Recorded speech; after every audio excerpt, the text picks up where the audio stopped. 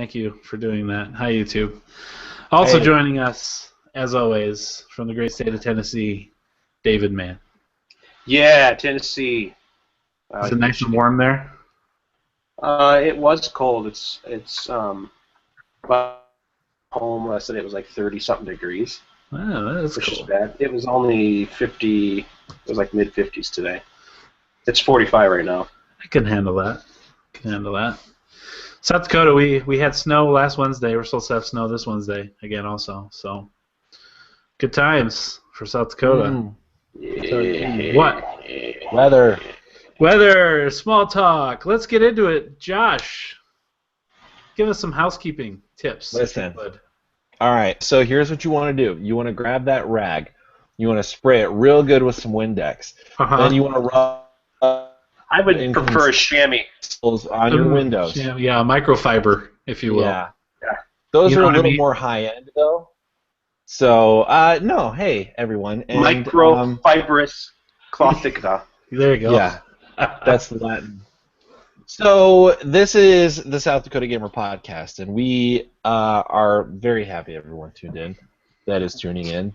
And we are on a website called patreon.com. And on that website, you can give tips and give rewards. So if you're like, man, I have some dollars that were stuck underneath my car seat, and now they have bubble gum on them, and whatever else goes underneath car seats, then you don't have to carry those around with you. And all kinds of stuff. You don't have to spend those. What you can do is you just send those over our way, and what we'll do is we'll turn those into podcast hosting. And in return, we can do a couple things for you. Number one, we have a $1 tier, and for that $1 tier, we would love to give you a personal shout-out and thank you on the show. We also have a $5 tier that will get you a little mini commercial for whatever you want to do a little mini commercial for on the show. And we have a $10 tier, which guarantees you a 1-hour gaming session with the host or hosts of your choice each and every week, as well as the rewards from the other tiers, so that's pretty cool.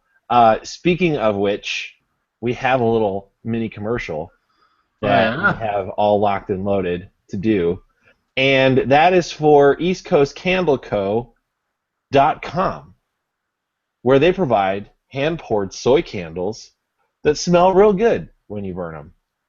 So Chad's still smells like coffee, I'm assuming, after... Yeah, it does. After 3 weeks you've had it. I have. Yeah, so it still smells like coffee. It's still good after 3 weeks. Doesn't wear out. There it is. So, EastCoastCandleCo.com. Man, I almost got through the whole thing without stumbling over any words. And check it out. You can get coffee-scented candles. You can get all kinds of other scented candles. Chad, what was the one that you wanted, but they were sold out of? It's a popular like bonfire, I think it was. Fire smell, yeah. So... which seems kind of a cop-out, ask me. Because you're already burning. Yeah, I know. Kind of just a burning smell, let's be honest. So head over to EastCoastCandleCo.com, and you can get yourself a real nice smelling soy candle. And the person that submitted that was Jake,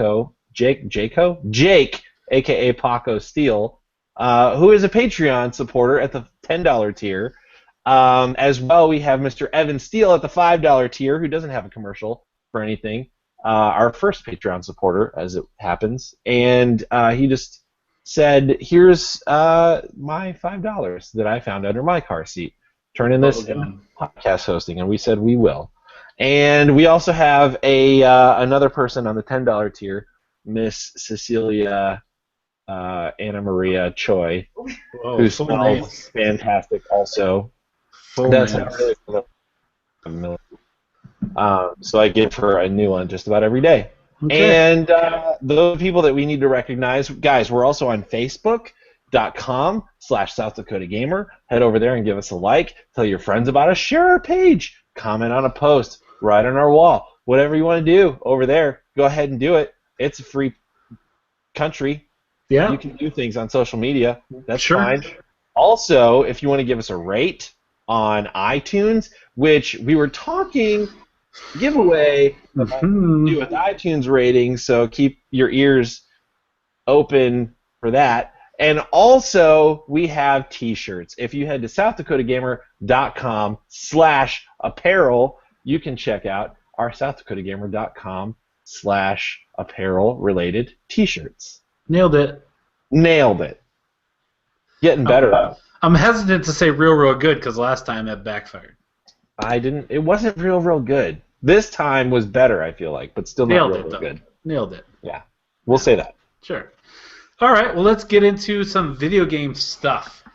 Dave, you got those hot new releases you could tell us all about for this week? Hot. I do. Hot to I try? have hot new releases that we can do. I have to jump down the outline here because they're not next in line, so I'm trying to find out where they are. Number 2. I don't see them. They're still at number 2. My outline goes for number 3, honest to God. That's weird. So I don't have any of them in front of me, to tell you the truth. Okay. There's a big white blank space. That's weird. Josh, do you have yours? I have new releases on my page. Huh. I wonder what happened. All right. Well, let's. I'm sending a picture for verification. I believe you. Let's tag team them, Josh. What do you say? Yeah. Let's tag team these new releases. I'll go with the first couple. All right. And that we'll just roll with it because that's how it is. So, so the new releases. Cat lateral damage. Lateral damage for the PS4 comes out March 22nd. That's a game where you're a cat, and the goal is to knock as many things, make some damage. Let's be honest. That's what cats do anyway. It is true. I've had cats in my life after I got married, and for a little while, and yeah, they like to go on the counters and sit where you make your food, and then pat at the toilet water, and then go on the counters. So yeah, they're real nasty. So cat lateral damage, PS4. Also, Dragon Fantasy: The Black Tome of Ice comes out on the PS4. From what I understand, this is a remake of a Dragon Fantasy book number 2 from back in the day. And this is a remake of that. There's some extra stuff in there as well. And you can play that on your PS4 tomorrow. Yeah. Also, I'm super excited about this. Automatron, which is the DLC, the first DLC that's coming out for Fallout 4. It lets you custom build a... Man, it's been so long since I played Fallout 4 and I don't remember what they're called. Synth. Custom build a synth. And I think you get to fight them, right? I believe you can pit them against each other. Yeah, which is super cool. So you can custom build a synth. You can do like cage matches with your synths. And I believe it's also coming with a ton of new stuff for the settlements.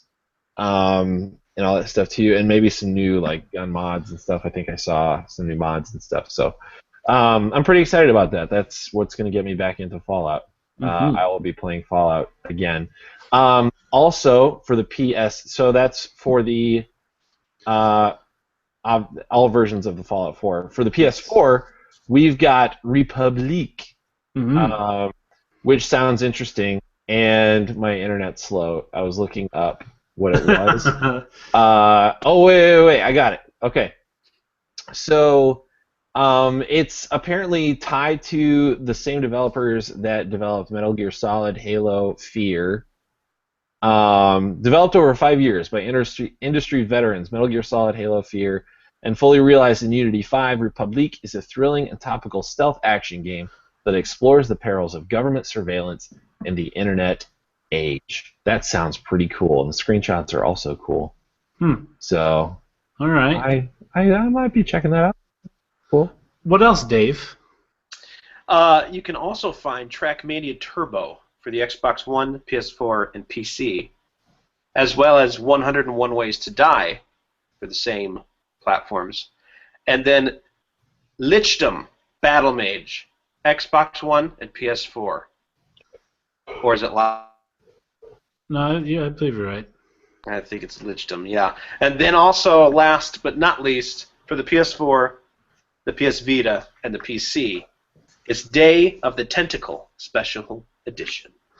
Any of you guys ever play that originally? I actually, it was on sale just recently, and I almost bought it. I haven't played it, though. So my question is there only one tentacle? That's, maybe you have to play it to find out. Well, okay. Yeah, you're asking for some spoilers there. Yeah. Okay. Alrighty. This is a Tim Schafer game that he did back in the day when he was with LucasArts, and this is they made it look prettier and adjusted it and everything like that. But it's a point-and-click adventure game for sure. So those are the new releases for this week. If you want to get some, go ahead. Chad turned into Arnold and then somebody else. Christopher Walken. That's why I don't do impressions. All right, so let's move along from that embarrassment into the news that you can use. If you so choose. All right, so we've got, I believe, 9 items on the list this week. The first, let's start. What? That's a few items. It's a few of them to go. You know what I mean? Mm-hmm. So the first one is The Division. Some things happened with The Division.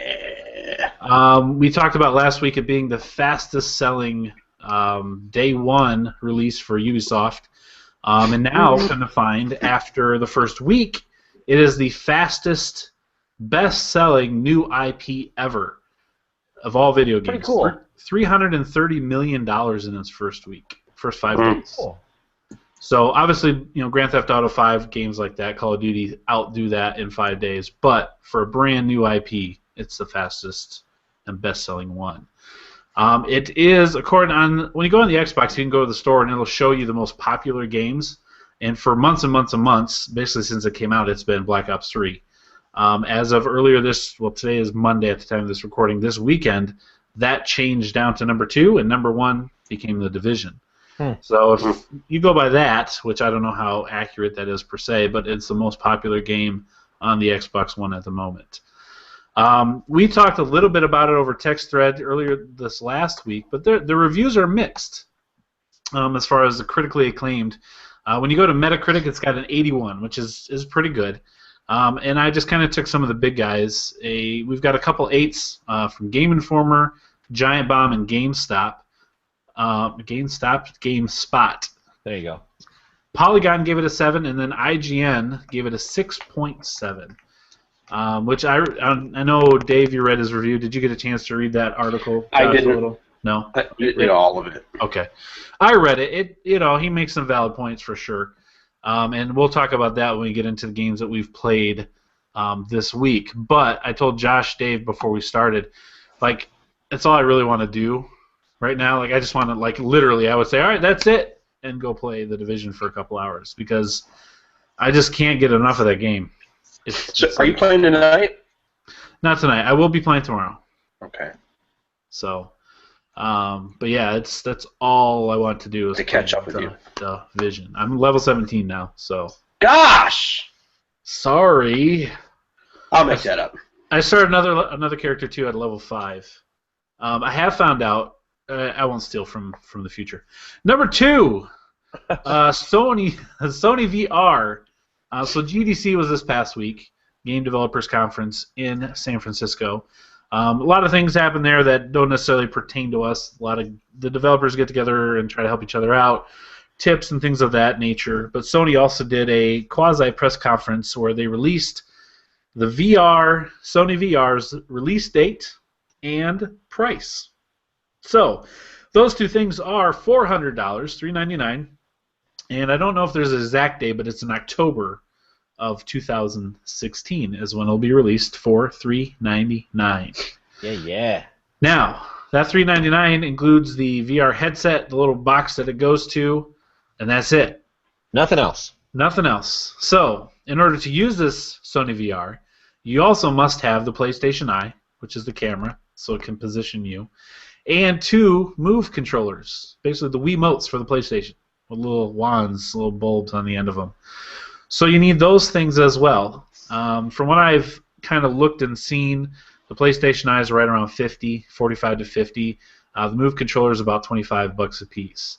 So you're looking close to another $100 to get all those. So the next day, I believe, Sony came out and said, oh, we also have this package where you can buy, where you get the VR, you get the camera, you get 2 Move controllers, and 1 game called VR Worlds Game for $500. So you can buy that and get everything if you don't already have the PlayStation VR, which some people I've been hearing say, well, a lot of people have those. Do you have one, Josh? A what? The Eye, PlayStation Eye? No. I was super close to buying it not long ago, but I never did. Yeah, I know. Do you have the Move controllers? No. I didn't have the Eye, so there's no reason for me to get them. Those were for the PlayStation 3, weren't they? The Move controllers. So, yeah. So I mean, I don't know what the attach rate is on those peripherals, but obviously, even with like the Xbox One, they stopped selling with the Kinect, so a lot of people don't have them to save the money. Same thing with the PlayStation Eye; they did that from day one. So you need to get those. The pre-orders for the $500 version go live tomorrow morning, 9 a.m. I touched base with the manager at GameStop here in town and said, hey, this last week, right after the announcement, I said, are those available to pre-order through GameStop yet? And he said, no, not yet. He goes, probably soon, though. I said, well, when they are, give me a jingle. I'm probably going to be interested. So I got a Facebook message from him a few hours before the podcast and said, hey, we have 4. We're allotted 4. Again, this is South Dakota, Brookings, South Dakota. It's probably, podunk town. But they've been allotted 4. They're opening an hour early tomorrow. They're opening at 9 to start the pre-orders for them. It's $100 to get a pre-order for it. So I said, well, I was hoping for like $25, like they usually do with like collector's editions, and even I think console was only $25 to pre-order that, or reserve one. I said, well, I'm probably gonna have to wait a little bit to put down $100. So thanks for letting me know and keep me in the know. Let me know if those go like right away, because I'm interested to know in Brookings, South Dakota, how quickly 4 allotted VR headsets for Sony will get sold. So we'll see how that goes. But yeah, I'd be interested to see how quickly they go. Yeah, and then the 29th, the $400 version one goes up for pre-order. Now you can go to Sony's website and pre-order them there. I believe on Amazon you can do the same. So they're available in numerous places, obviously. I'm assuming it's going to end up like the other companies that release them, where the more people that pre-order, it's the delivery date's going to get pushed back further and further. Yeah, I don't know. Anything about that? They haven't. They didn't give a specific date that I am aware of. I could be misremembering, but I know it's October of this year.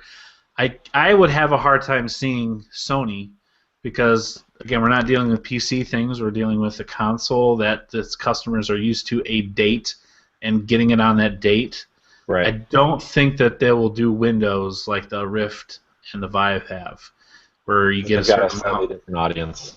Yeah, I think they're either going to go, okay, here they all are, or sorry, you can't. It's just like the Xbox Elite controller. You just couldn't find one. Right. It's either this is the date they're coming out, this is what we have. If you can't get it, you can't get it, and then you'll have to wait until they're back in stock. So that would be my guess. I don't have any reason to think or say that, but that's... Well, that makes sense. With a console graphic, it makes sense. Right. So... one other thing I wanted to mention is there will be a cinema mode or a theater mode, so you can literally watch movies and things in the VR headset where it'll put it where you feel like you're watching a giant screen instead of your TV. So that's pretty cool. Yeah, and from what I understand, also a lot of the regular PlayStation 4 games can be played in that mode as well. So it can, even if it's not VR enabled, you can still play it in theater mode to where you get like a wider screen than your TV maybe, and you may get a little extra peripheral vision on what you're playing, and you can play with the controller just like normal. So that's pretty cool. There's a lot there. There's a lot. One thing I saw that was pretty cool, I don't know if the other ones are doing this, but it's like as you're playing, it'll also project what you're playing on the TV so people can see what you're doing while you're doing it, which is cool. Yeah, I would hope that this would do that as well, because it's got that box that hooks right up to the USB. Well, I saw that in the description for the PlayStation VR. We did. Okay. Yeah, Awesome. I don't know if the other devices are doing it, but it was in the description for the PlayStation VR, which is cool. Like, yeah, so like it's not because we were talking before, like gaming is kind of a social thing, and so when you're playing a VR game, it's super closed off, and you're not really sharing that experience with people. But if people can see what you're doing on a screen, like it's going to be a little disorienting for them because they're not doing it. But that's still cool that they can see what's going on and like, they can see what you're seeing. Right. That'd be pretty cool. Definitely. Neat. So, yeah, I mean, does this increase or decrease, or does it kind of keep the same for you two as far as your interest in it?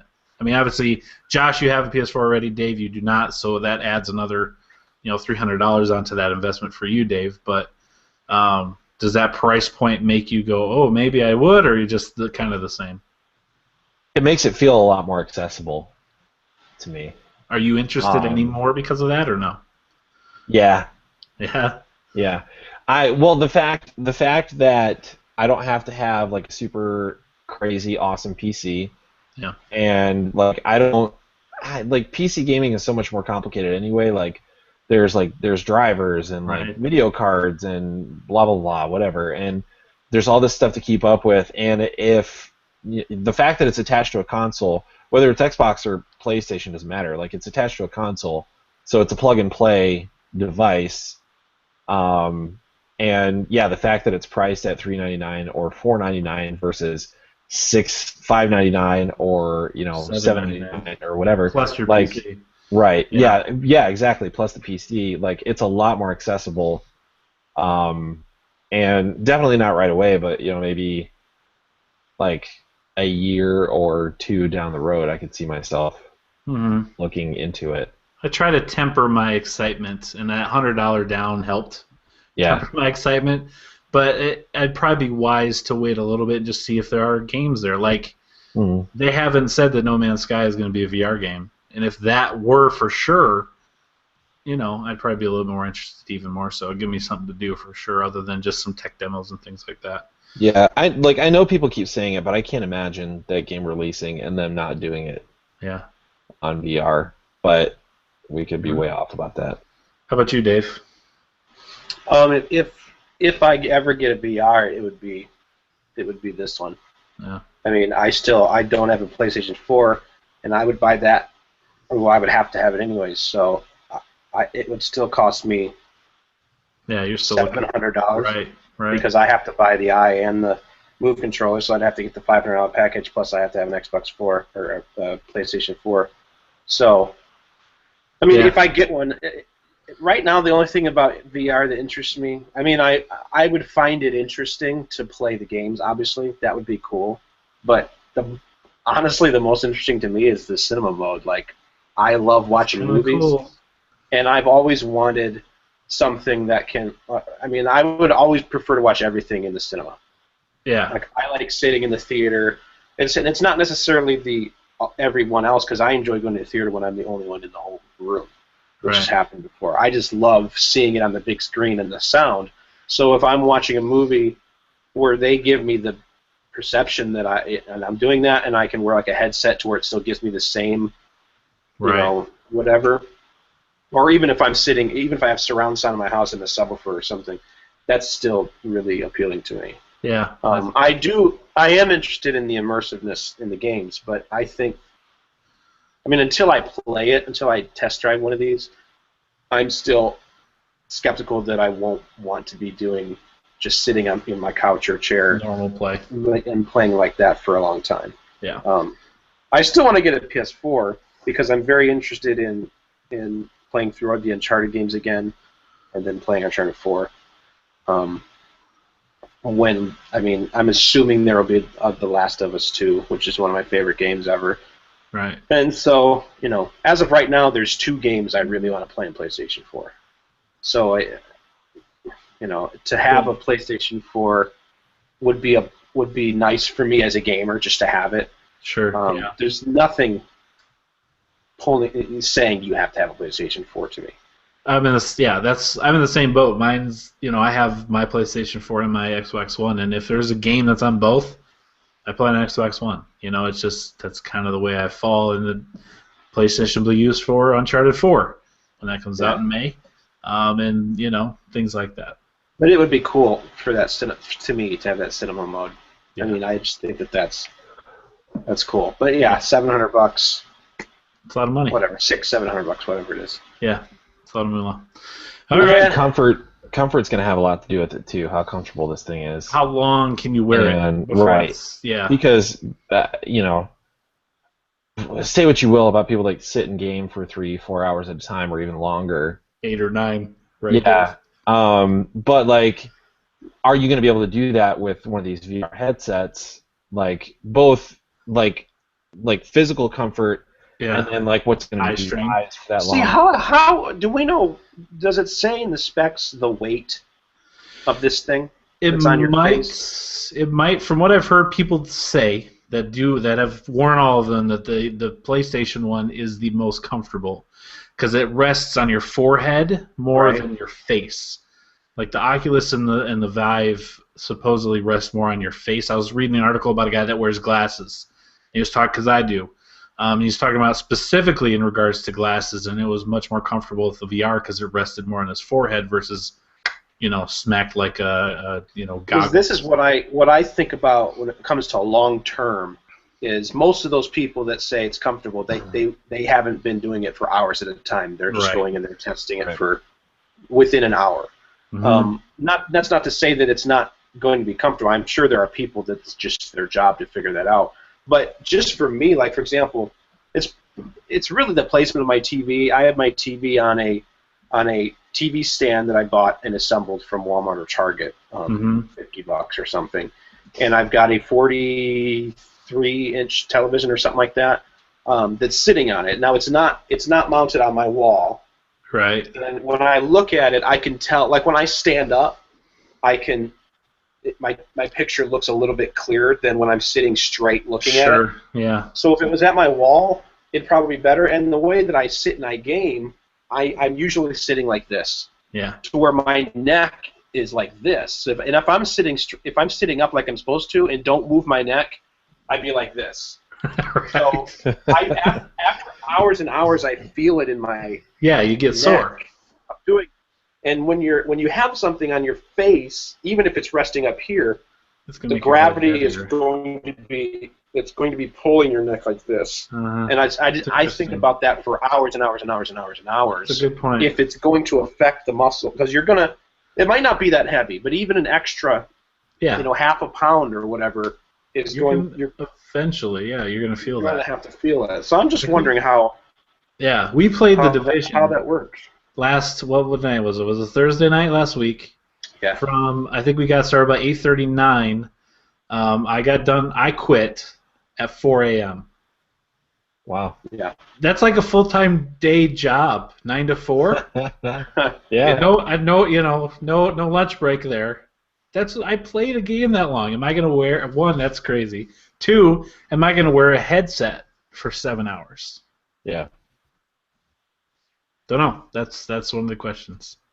So, yeah, I'm excited. I think it's here to stay. I don't think it's a Virtual Boy type situation. I think it's a real deal. Obviously, a lot of money is being invested by some pretty big companies, so I think they're probably all betting.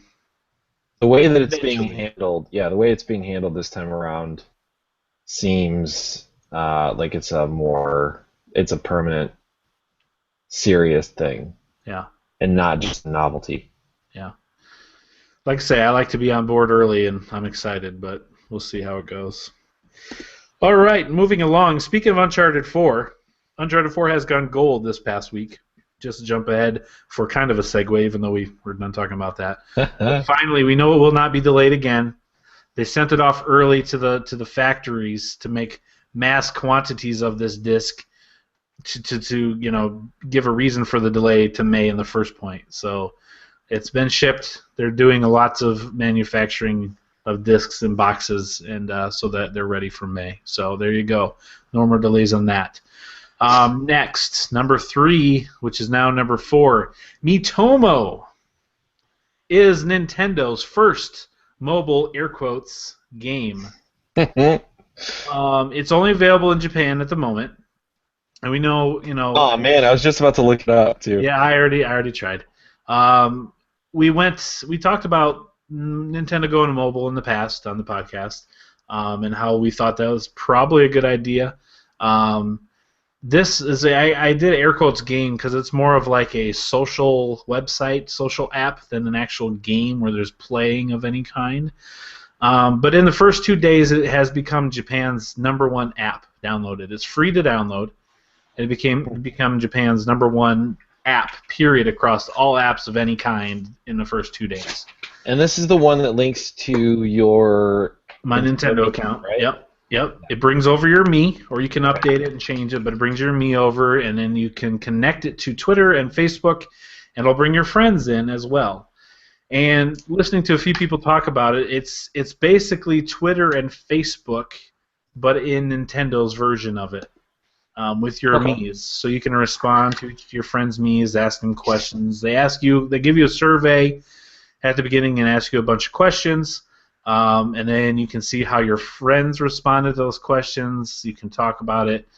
You get like costumes that you can wear by playing like a little claw game of some kind. Where you drop the claw into a box of toys and pull it out. You can play a game like that. So there's not a whole lot of game to it, but from what it sounds like, it's very addictive, just like Twitter is and Facebook are. Right. It's a social Nintendo version, and the way it sounds, people are liking it quite a bit.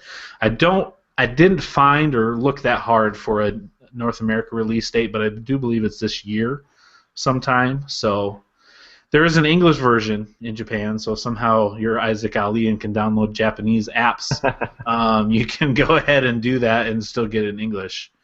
So it's interesting. I'm intrigued. Nintendo on my mobile phone, yeah. Yeah, it sounds like a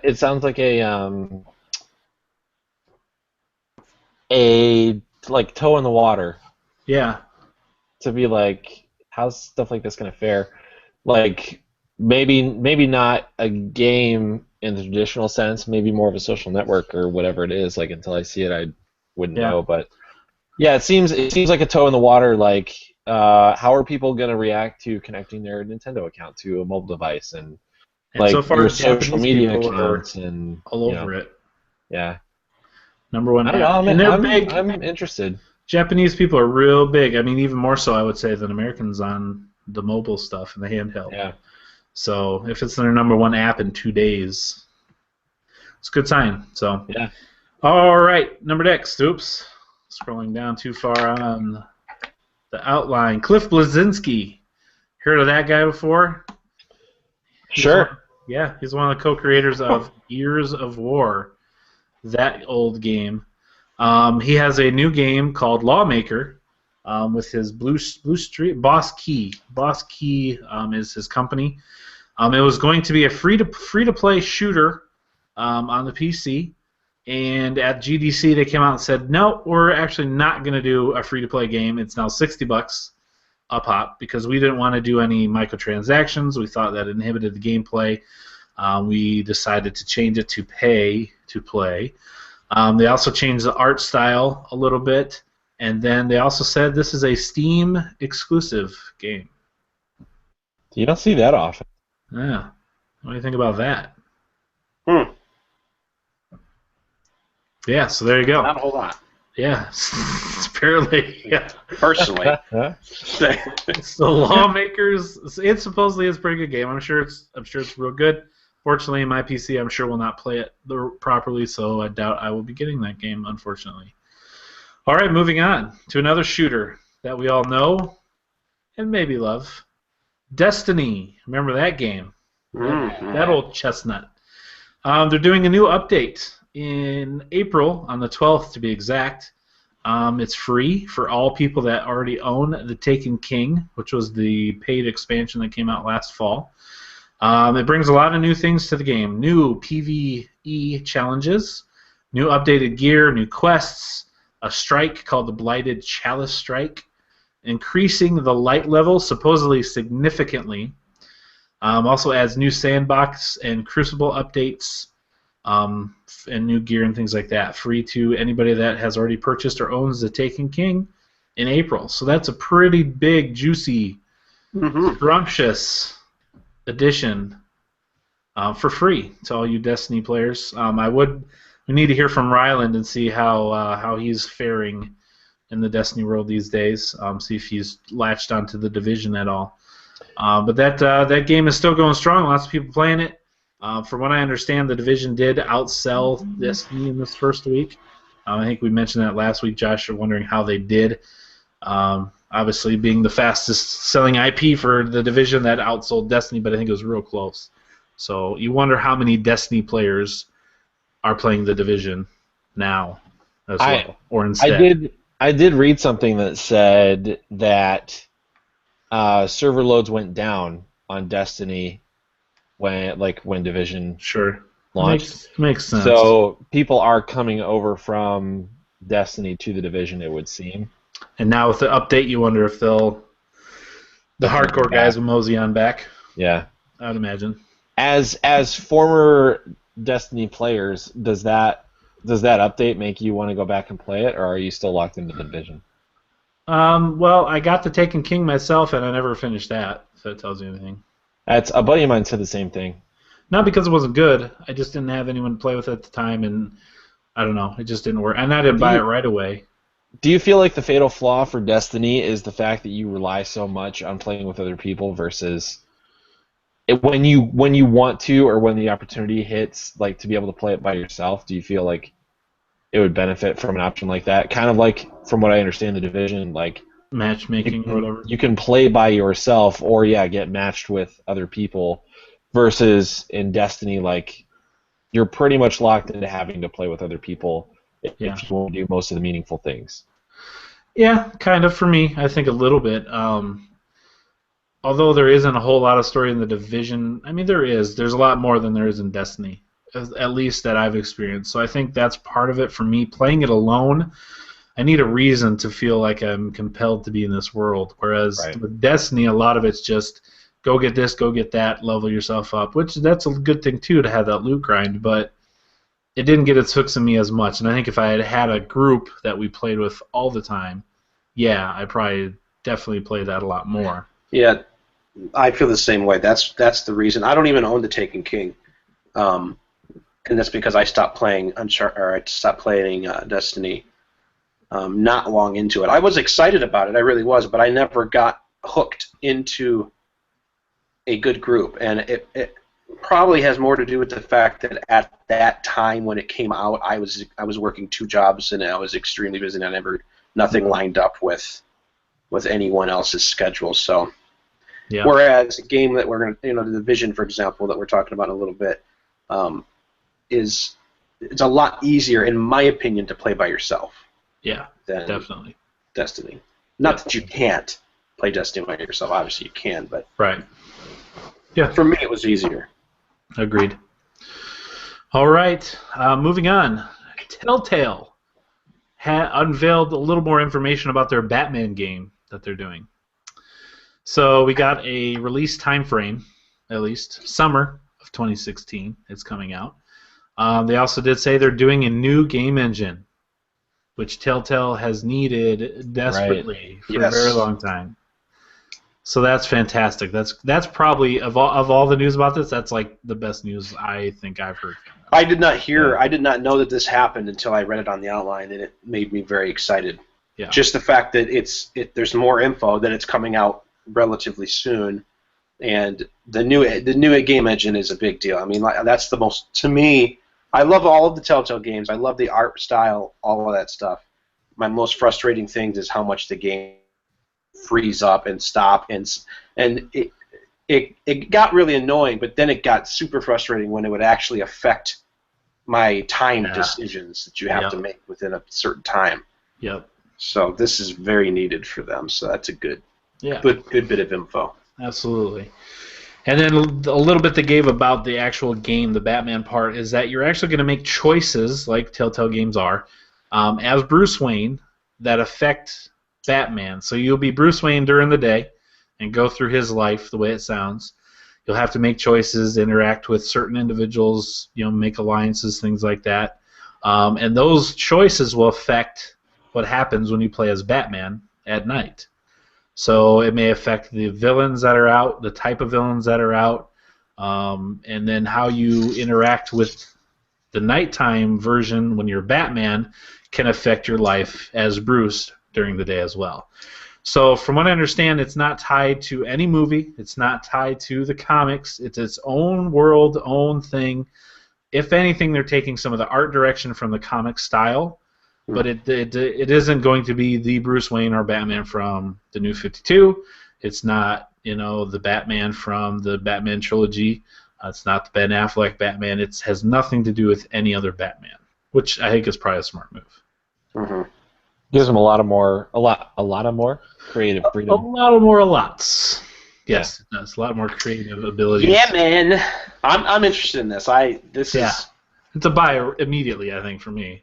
Yeah. The only one I haven't played is Michonne. I haven't tried that yet. I haven't done that either. I'm assuming I will in the next month or so, though, because I like all of the Telltale games. Absolutely. All right, moving on to the last two news items. Not necessarily game-related, but two geek, cool, awesome things that we all like. Daredevil Season 2 premiered this past week. Yeah. Josh, did you ever finish Season 1? The last episode I watched in Season 1 was Episode 5. So, people have been talking about it. Punisher's in this new season. Yeah. Punisher's one of my favorite comic book characters ever.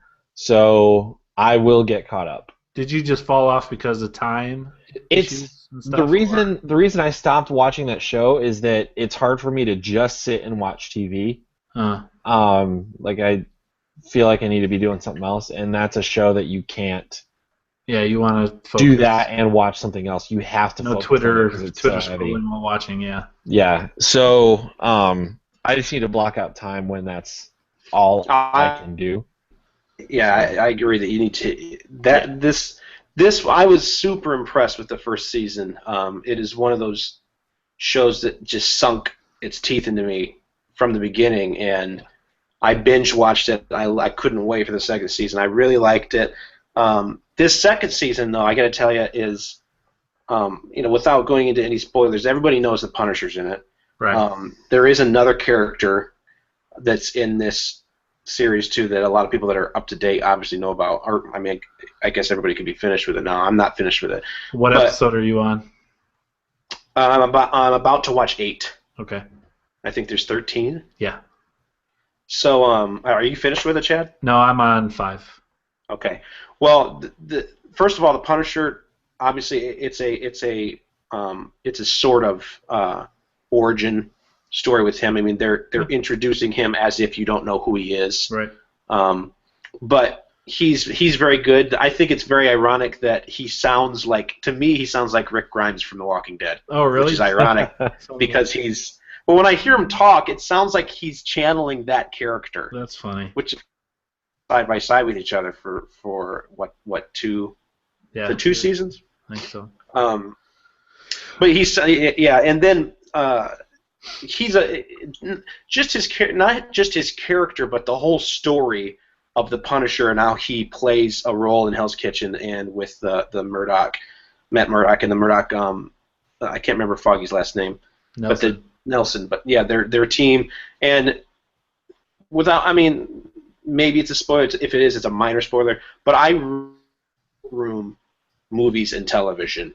And so that whole aspect of this season is super interesting to me as well, because I like the courtroom drama. I've always liked that. I love movies like A Few Good Men and not A Few Good Men. A Few Good Men, right? Tom Cruise. Yeah. And then all kinds of stuff. I mean, I could go off naming all these different courtroom movies, but I really like that drama, and so that plays a big role in this season. My Cousin Vinny. Yeah, My Cousin Vinny, the judge with Robert Duvall and Robert Downey Jr. The Lincoln Lawyer, Kill, all kinds of really good. Those are great. So, anyways, it's really good. Man, that's not really a courtroom movie. Are you just saying Iron Man? Because Iron Man. He's in that movie. What are you talking about? Right. So is Robert Downey Jr. No, so is Kingpin. Fisk. That's right. He plays his brother. That's great. So yeah, it's a really good season. I recommend anybody who likes any type of it's in my Marvel television show that you can watch. Not that there's a ton of them. Jessica Jones is really close second for me, a really close second, and they reference her in this, and then this season 2. She's not in it, but it's cool how they do all that stuff. But yeah, it's really good. They're introducing a lot into it, and they're balancing it well, in my opinion. Cool. So I'm excited to finish that. Watch it. Sure. Yeah, it's good. I heard Foggy's a lot more useful this season. He is. The relationship between him and Matt is being put under pressure, and it's playing out well. I mean, you don't ever see him in a lead role, but he's good enough to be in a lead role. He's a very good actor, in the emotion and everything that goes back and forth is very good. I really like his characters a lot. Yeah, cool. All right, and then finally, maybe not quite as exciting, but Indiana Jones 5 is a real thing. This is still exciting. That's a thing that's happening. This is still exciting. After Kingdom of the Crystal Skull, what's not exciting is that they're using a writer from the same movie that wasn't that great. That movie that nobody really knows about. It's not really an Indiana Jones movie. It's just Kingdom of the Crystal Skull, the fourth one, which had Mud as his son. Yeah. You see how they I mean, they needed to just make. I hope what this is just a Indiana Jones movie that is just done as if Indiana Jones has always been around, like it never stopped. What the Kingdom of the Crystal Skull was to me was they were trying to play on nostalgia so much that it just was like, I don't know. They tried to throw so much stuff into. Just give me another movie that is relative to, The Last Crusade. I mean, the Temple of Doom is my least favorite. I still love that movie. It's still better than the Kingdom of the Crystal Skull by leaps and bounds. Yeah. But that's just, I don't know. I think that Han Solo in the new Star Wars movie definitely proves that if Harrison Ford wants to do it, which he wanted to do Indiana Jones more than he wanted to do Han Solo. Yeah.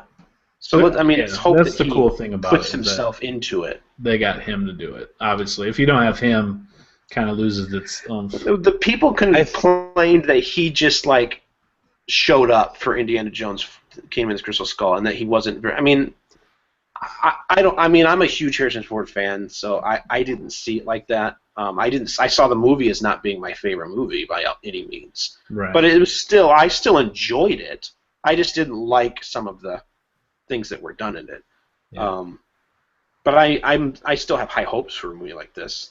I mean, it still excites me. From what I understand, one of the biggest reasons this movie is happening is because he wanted it to happen. Right. For a long time, he was negotiating for an Indiana Jones movie in order to take the role in the new Star Wars movie. He was saying an Indiana Jones movie has to happen, and if you promise me that, I'll take the role. So I don't know if that ended up being the actual deal they struck, but he's been pushing for this movie for a long time. The problem is it's in 2019, and he will be 76 by the time this movie rolls around. And so I don't see him doing a lot of action stuff, which he didn't really do in the last movie. But it's been a long time since the last movie. It's been, 10 or 11 years? Yeah, I don't remember when that came out. Since the last movie.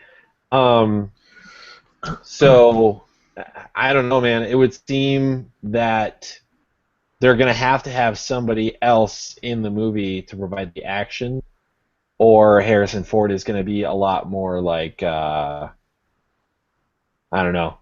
clever instead of action-y. 2008, Crystal Skull came out. Yeah. Oh no, I mean they have enough technology nowadays with I'm not hoping for them to CGI the crap out of this movie, but with the advances in CGI and stunt work and stuff, I think that and what he showed us in I think there will be plenty of, because it's not like he was doing, he wasn't an acrobat in any of the movies that he played. I mean, he's never been that. I mean, he knows how to throw a punch, he knows how to crack a whip and shoot a gun, and that's all he ever really did. I mean, there's running, which he does in his Harrison Ford way. I mean, it's not like he's going to be. I don't think he's going to be running from any giant rolling Raiders of the Lost Ark, but I still have faith. I mean, he's proven to be a pretty tough guy in the 70s, and that's what I'm hoping. I mean, he's broke his leg, he's broke his arm, whatever else he's broken. He crashed a freaking plane and walked away from it. Yeah, so let's just. I have high hopes. I mean, it could be disappointing. I know what you're saying. I just I hope that they don't take that kind of stuff too far, like the Stunt Doubles and CGI, because he will be 76, and even the way he looks now, it's not super believable that he's going to be doing crazy things. That's just so what scares if they've got a stunt double coming in, doing all kinds of crazy things, and then it cuts back to Harrison Ford, and you're like, I don't believe he would have done that. In things like if he has to make a jump or something, like in Raiders of the Lost Ark or something. I definitely don't think he should be doing roundhouse kicks, things that Indiana Jones doesn't do anyways. I mean, when he started the show, he was a freaking college professor. It's not like he was a boxer or anything like that. But I really, that scares me, because that's one of the reasons I didn't like Kingdom of the Crystal Skulls, because there was too many other people doing things when I wanted to be Harrison Ford. Indiana Jones is known for getting out of these situations on his own because he's Indiana Jones, Yeah. What if he takes on the role Sean Connery had as his dad? What if he's that type of character? And that's definitely interesting. I mean, I've thought about that too. I mean, if they want to keep them going, that's the only way they can do it, is to have him in one more. Yeah. But I don't think it needs to be a relative. It won't be Shia. No, I just mean that type. I just mean that type of role, and it would almost certainly not be Shia. I would hope Shia, not famous. Yeah. Oh man.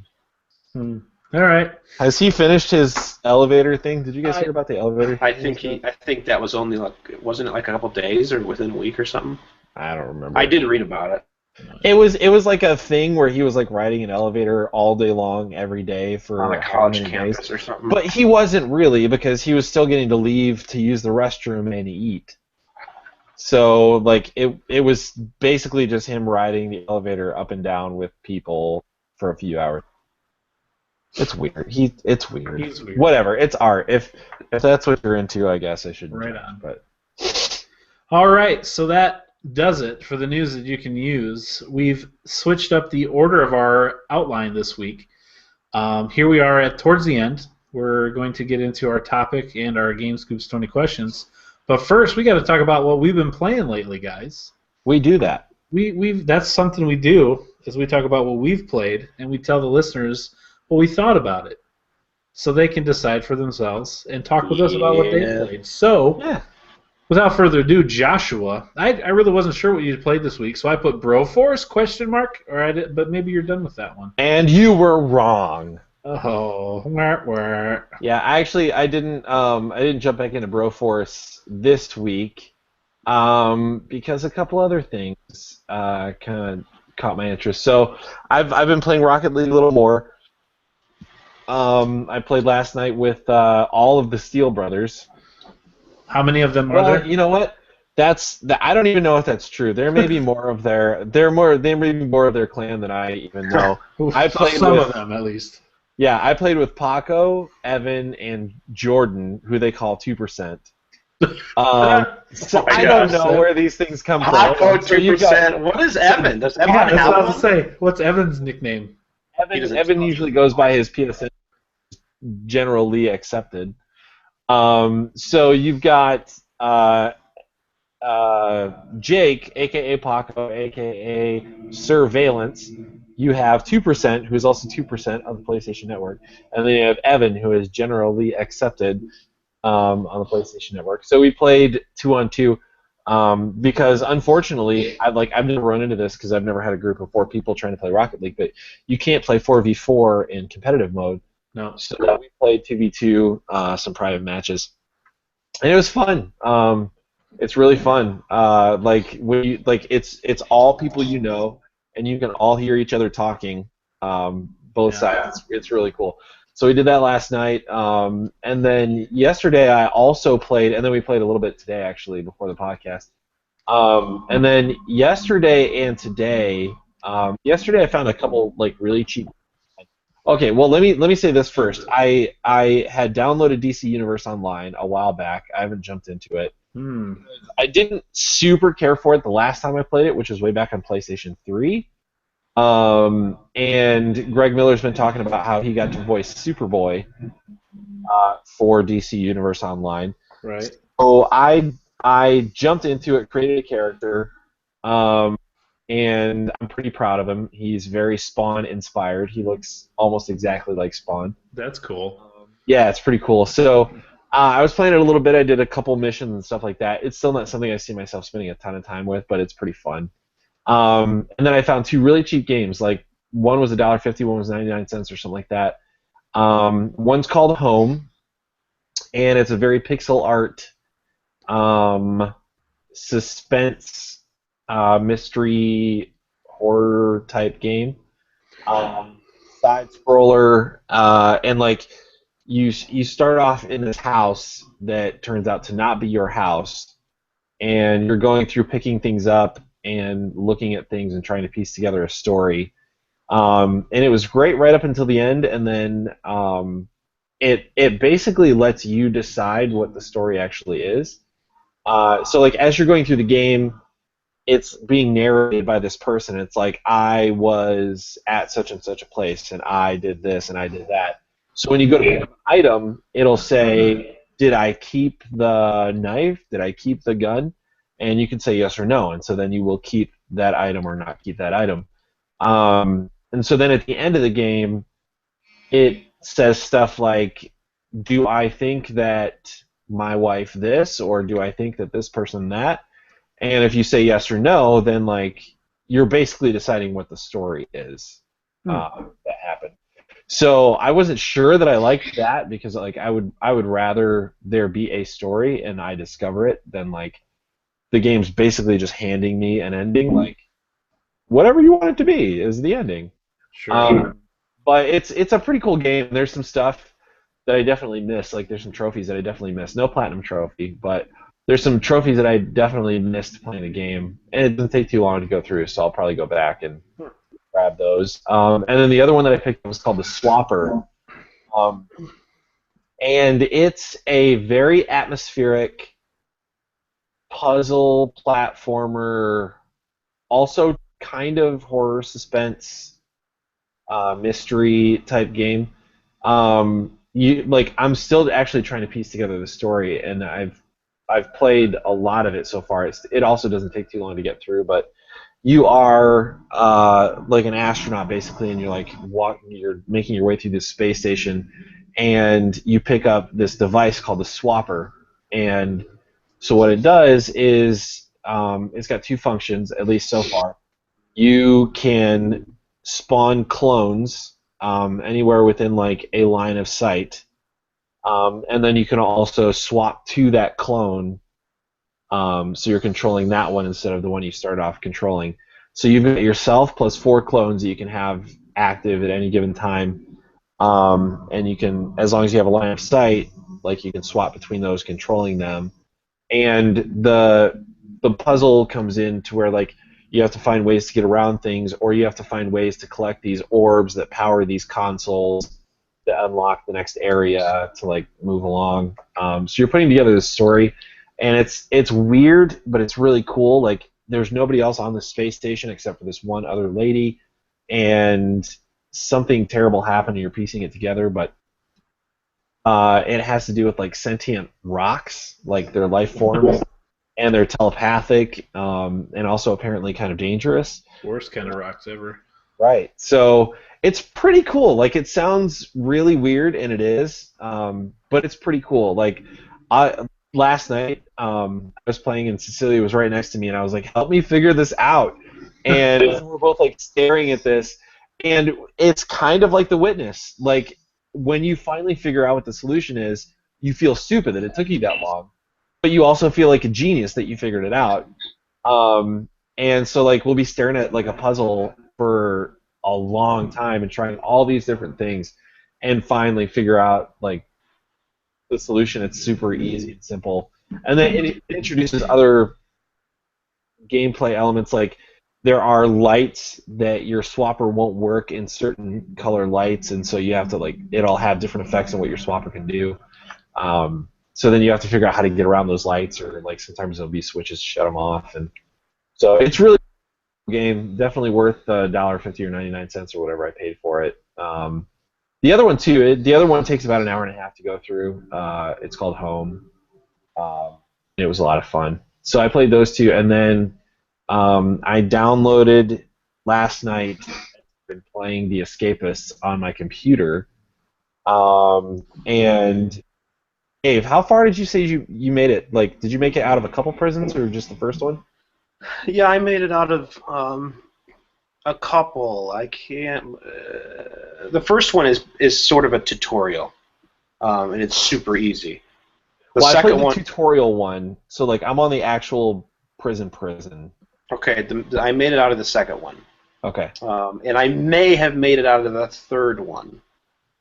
I think I did. There's like the first one, and then there's another one. Then there's one that's like in like a tropical. There's one that's like in a winter area, and then there's one that's like in a tropical area. And they each start different ways to make it more difficult. Like the first one, you can very easily like get out through the vents, I think. The second one, there's all of a sudden there's no vents. Like or the third one. One of the prisons, like your cell is outside, and there's no vents going to it, and so you have to find a way to get out somewhere else to do it. But in order to get to the other area of the prisons, you have to pass through a metal detector.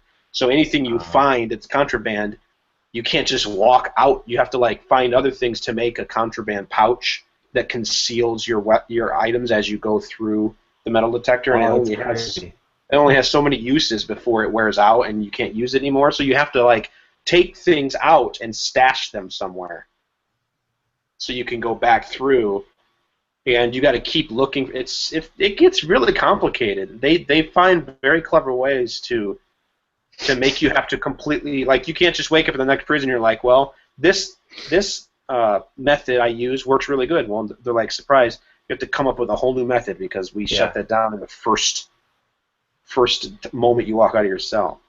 Yeah, it gets tough. I mean, there's even times where I have to go around and steal bed sheets off of people's beds, like things I didn't even know you can do. You can steal the bed sheets off of other inmates' beds and hang them up over your bars to like block people from seeing in. But after so long, the guards come over and they rip the sheets off and take them. Oh man! So it's like, yeah, and then you can also if you take like 2 bed sheets and a pillow from somebody, you can make like a bed dummy, and so it looks like you're in your bed, because if they walk by and you're out of your cell, like in the vents, right, after lights out, then they shut the prison down. But if they see a bed dummy in there, they don't know you're gone.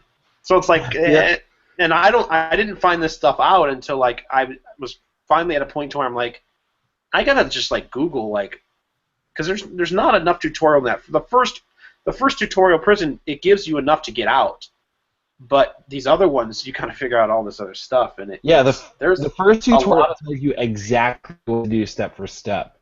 Mm-hmm. And so it's more of a tutorial on how to use the user interface and not so much how to play the game. Right. It doesn't tell you everything you can craft and all the different things that you need. And that's what I'm running into like now. Like, I feel like I keep getting caught up on like stuff that doesn't matter as much, but then I don't find out that it doesn't matter until like I've already invested a ton of time in it, and I'm like, crap, now I gotta go do this other thing.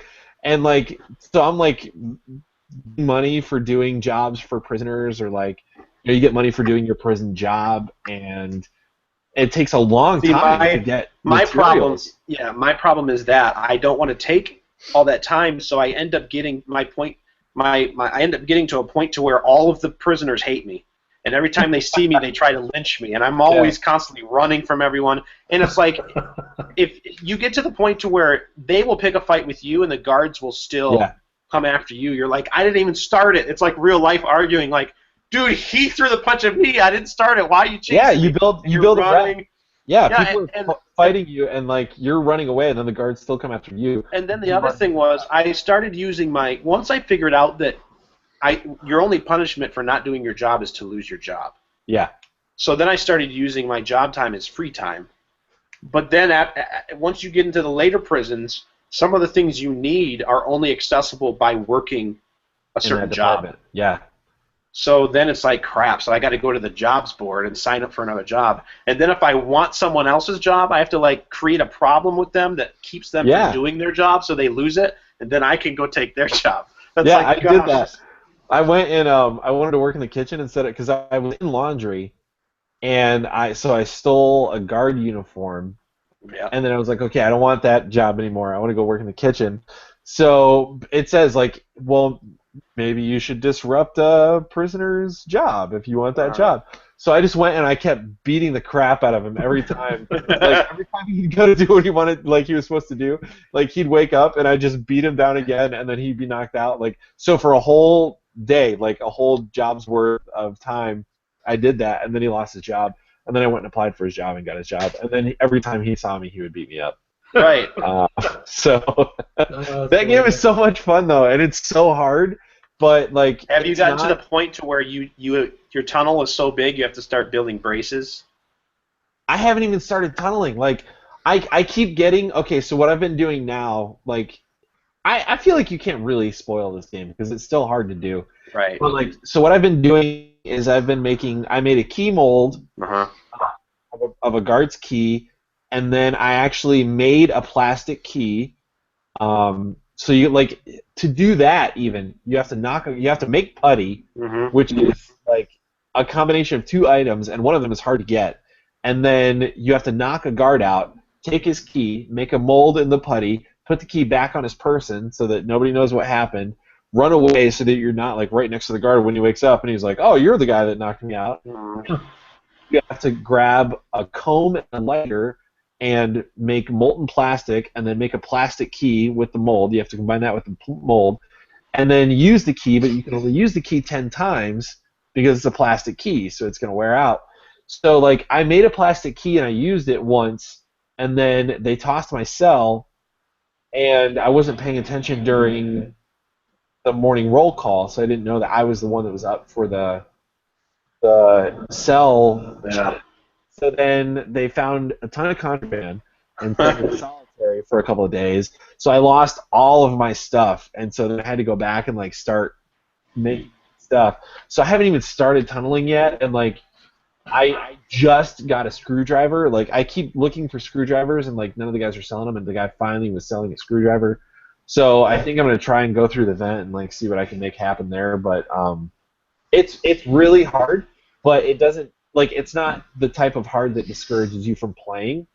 Yeah. Like, oh, that's what I did wrong. Okay, I just need to do this. Like, and I was telling Chad, like, it really, not to trivialize actual people who have been to prison in actual prison time, but like, really, it makes it feel like, because you feel so constricted. You're like, okay, but if I do this, like, I need to make sure that I have an exit strategy, or like, I need to make sure that I have enough room on me to carry things that are contraband if they're going to do a cell check, and like my desk can't be too full, or then they have prisoner stashes around the prison, but you have to be able to get to them, and like it's crazy. It's a really good game. The frustrating thing for me that I learned, and I'll just tell you this so you don't ever make this mistake, as you dig, the dirt, when you're underground, you just put the dirt in your pockets. That's what happens, and then you run out of inventory space, and you're like, crap, I got to get rid of all this dirt. You cannot drop the dirt because you'll block yourself in underground, and then you gotta then you gotta try to dig your way back out. Like you gotta go out of your tunnel and drop the dirt. Like sometimes I flush it down the toilet. Yeah. Which you can't do it too much because then it'll overflow, and then they'll come suspect it. You can't leave it anywhere out because if they see, which that's one of the things where it frustrated me so much because I never thought this would happen. I left dirt in like the corner of the prison. Like opposite side of the prison from the hole, and what guard would go and see this little tiny little bit of dirt and immediately know that someone was digging out of the prison, and it was you, like specifically. Oh, so they came to you because they saw dirt? They knew, yeah. As soon as you see dirt, they lock it down. I wonder if you can plant it in another prisoner's desk. I have put it in their desks, and as far as I know, I've never gotten in trouble for it. Huh. I think I put dirt on somebody's person when they were knocked out. But yeah, it gets to the point to where you have to use braces. You have to get like pieces of lumber and make braces so you can keep going. Otherwise, the tunnel will I mean, it doesn't collapse ever in the game, but you can't progress unless you put up a brace. And then even there's a time too where when they find out you're gone, it gets into lockdown mode. But if you can get out before they catch you, then you can make it. But once daylight hits, you automatically get caught no matter where you are, and they put you into solitary confinement. Such a good game. It's such a good game. I read a review from somebody on Steam, and he says, start a prison and lose my job, take over as librarian, buy all the items I need to escape, make a copy of the guard's key, plan my escape and wait. Cellmate named Lewis goes to bed, knocked on wall. Lewis shouts, someone's trying to escape. Guards catch me, throw me in solitary. I give the game 10 out of 10. Snitches end up in ditches, Lewis.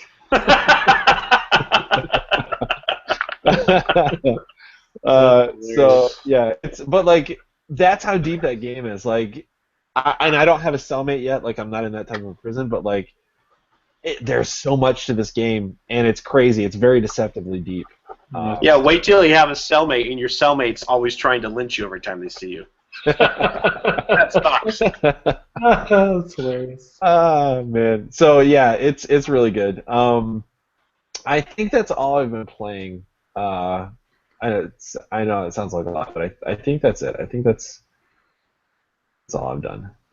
How about you, Dave? I played a few things. I played some Rocket League. I didn't get to play Rocket League with anybody this week because the people that were playing at the time, I wasn't, and then when I was playing with you, we were playing The Division. But I did play it a little bit just to stay relevant in the rankings with my friends, because at this point, right now I'm still second in every category except assists. And I'm second to Tyler, because Tyler has literally played the game 4 times as long as I have. Tyler sent me a screenshot of a text or something that you sent him, Chad. He's got like over 3 days in that game. Yes, and that was like he's got half ago. Yeah, he has 4 days. Insane. He has 4 days right now. Okay, 4 days, 2 hours. I'm looking at it. 4 days, 2 hours, and 9 minutes. Let's put this in context. A game, like, without like the time that it takes to like show a replay for a goal or whatever, or overtime, a game is 5 minutes. So at the most, you're spending maybe 7 to 8 minutes in a single game. That's insane. Tyler's insane. But that's insane. That's 96 hours. Man. Props to you, Tyler. But yeah, I've all except for assists, I'm second. So I like every time I get to check those, and then I'll play it a little bit to bump myself up above you and TJ. I think are the only ones that are really challenging. But yeah, I did that, and then I played a little bit of Ark Survival Evolved. I told you about. I played with my brother and cousins. But the 2 games I played the most were The Division and Ori and the Blind Forest, the Definitive Edition, which is Ori and the Blind Forest. I've talked about it before, and we've talked about it winning some awards and everything. It is just an incredible game. It's a gorgeous game, great design, great level design, great gameplay, great replay value. I'm playing it through for a second time. I sat down to play it and got hooked and played it for like I think I've got like 6 hours into it now again. And the Definitive Edition, I mean, this game just was released for Xbox One last year, I think. Right. And it already has a Definitive Edition, which is it's the same game with added features. They added some things. I sent it all in a text, and it's not in front of me, but for the best of my knowledge, there's 2 main areas, playable areas that they added, which are exciting areas. One is it's called like the Black. I can't remember what it's called, Black Forest or something like that. But it basically focuses. Both of them focus on the origin stories of I think it's Nehru. I think is how you pronounce it. It's the mom or whatever. It's the big creature that helps you in the beginning. No spoilers, but anything. But it's the creature that helps you, and it talks about their past and everything and their association with the forest. And so the first level that they do is it's all black. You can't see anything except for when you're around things that light up. And you have to make your way through this area. What I found myself doing is just a tip to people going into it if they ever play it.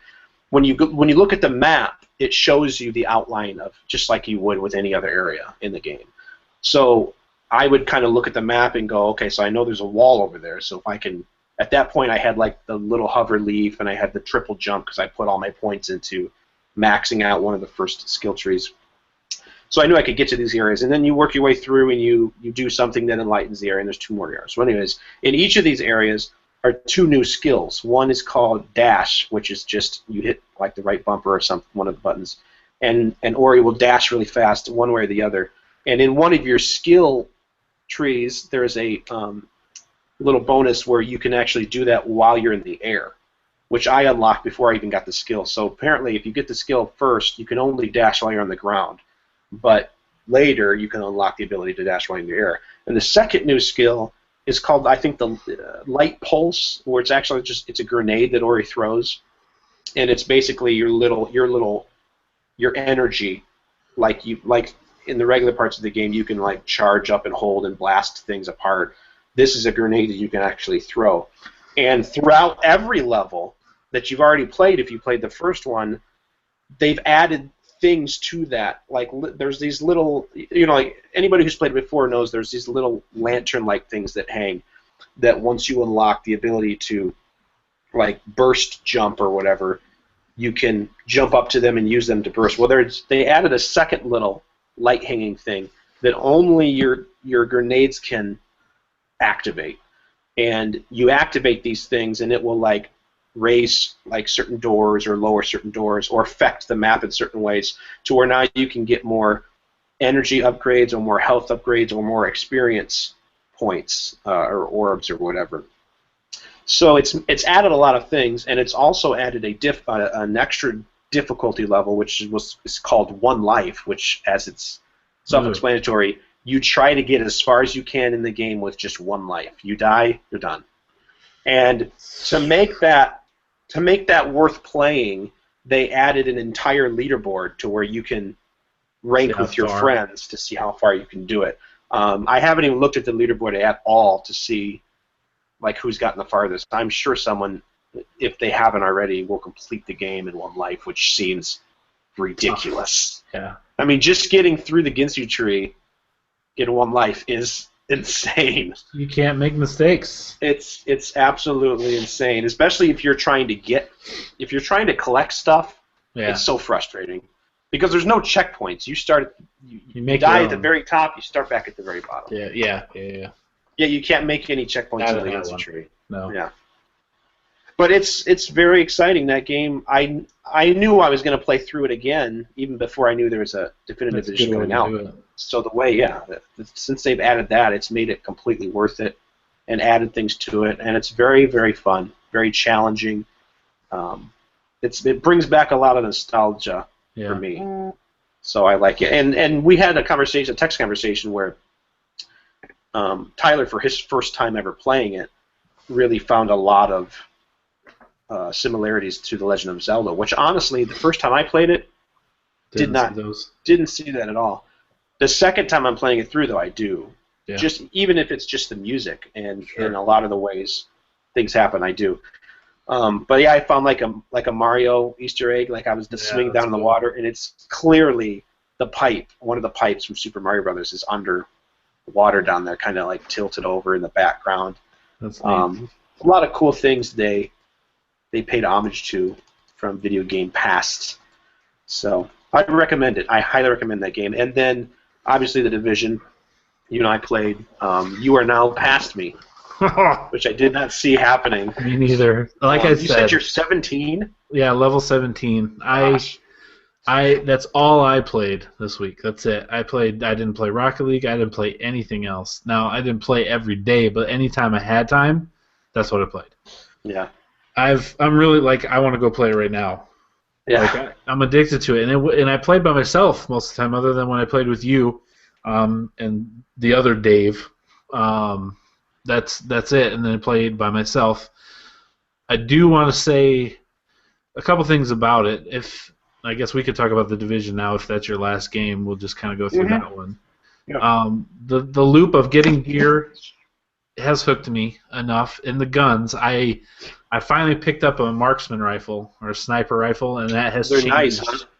That's changed the way I play quite a bit. Yeah. To be able to snipe guys from a distance and headshot, or at least two-shot them, has helped a lot. Has really changed it. And then I forget the name of the gun, but I got a really nice automatic rifle that doesn't have a lot of kick to it. So I'm able to shoot a little more accurately. I don't think it's a Scar. I don't remember what it is. Like the FAL? FAL. It might be a FAL. That's a good one. Yeah, but it's definitely a little better, and you learn to play.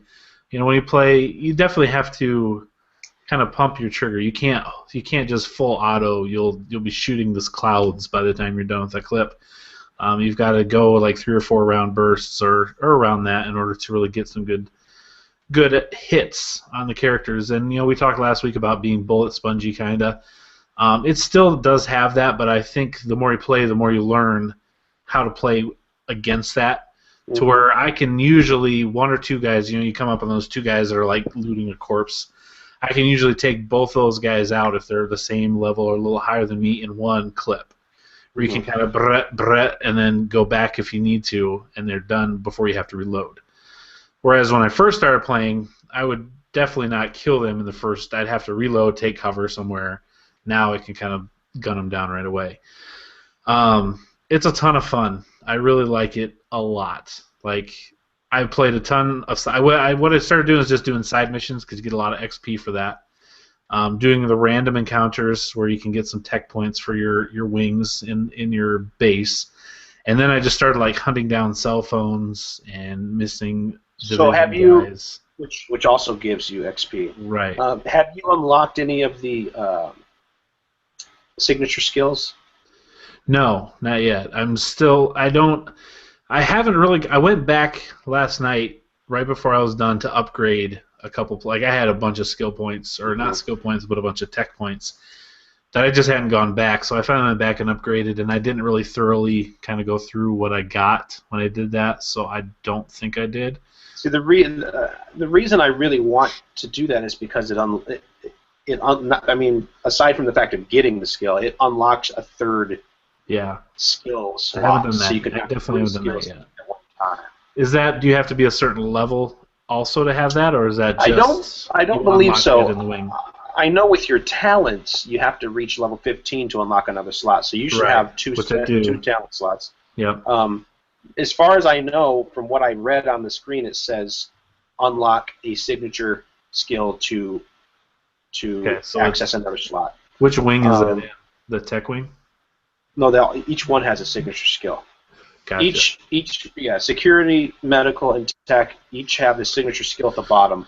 Okay, those are all still locked. The medical one is the one I'm closest to, and I told you in a text thread that when we finished, I had like 500 points, and I could have went in and unlocked, 2 of the 200s or 500, but I really wanted that 1,000 point skill, which would have unlocked that skill. So I stayed on a little bit longer after you left. 4 a.m. Played like 6 more encounters, got it up to 1,000, went back, all excited to get it, and then I realized, crap, I have to unlock the 500 one as a prerequisite before I can even get it. Ooh. So I unlocked it, and now I'm back to 500 points again. Yeah. So I'll have to. And then I thought, well, I could just do one of the missions and get 800 points, except minimum level was like 23, and I was 13. There's no way I was going to do it. No. So. Yeah.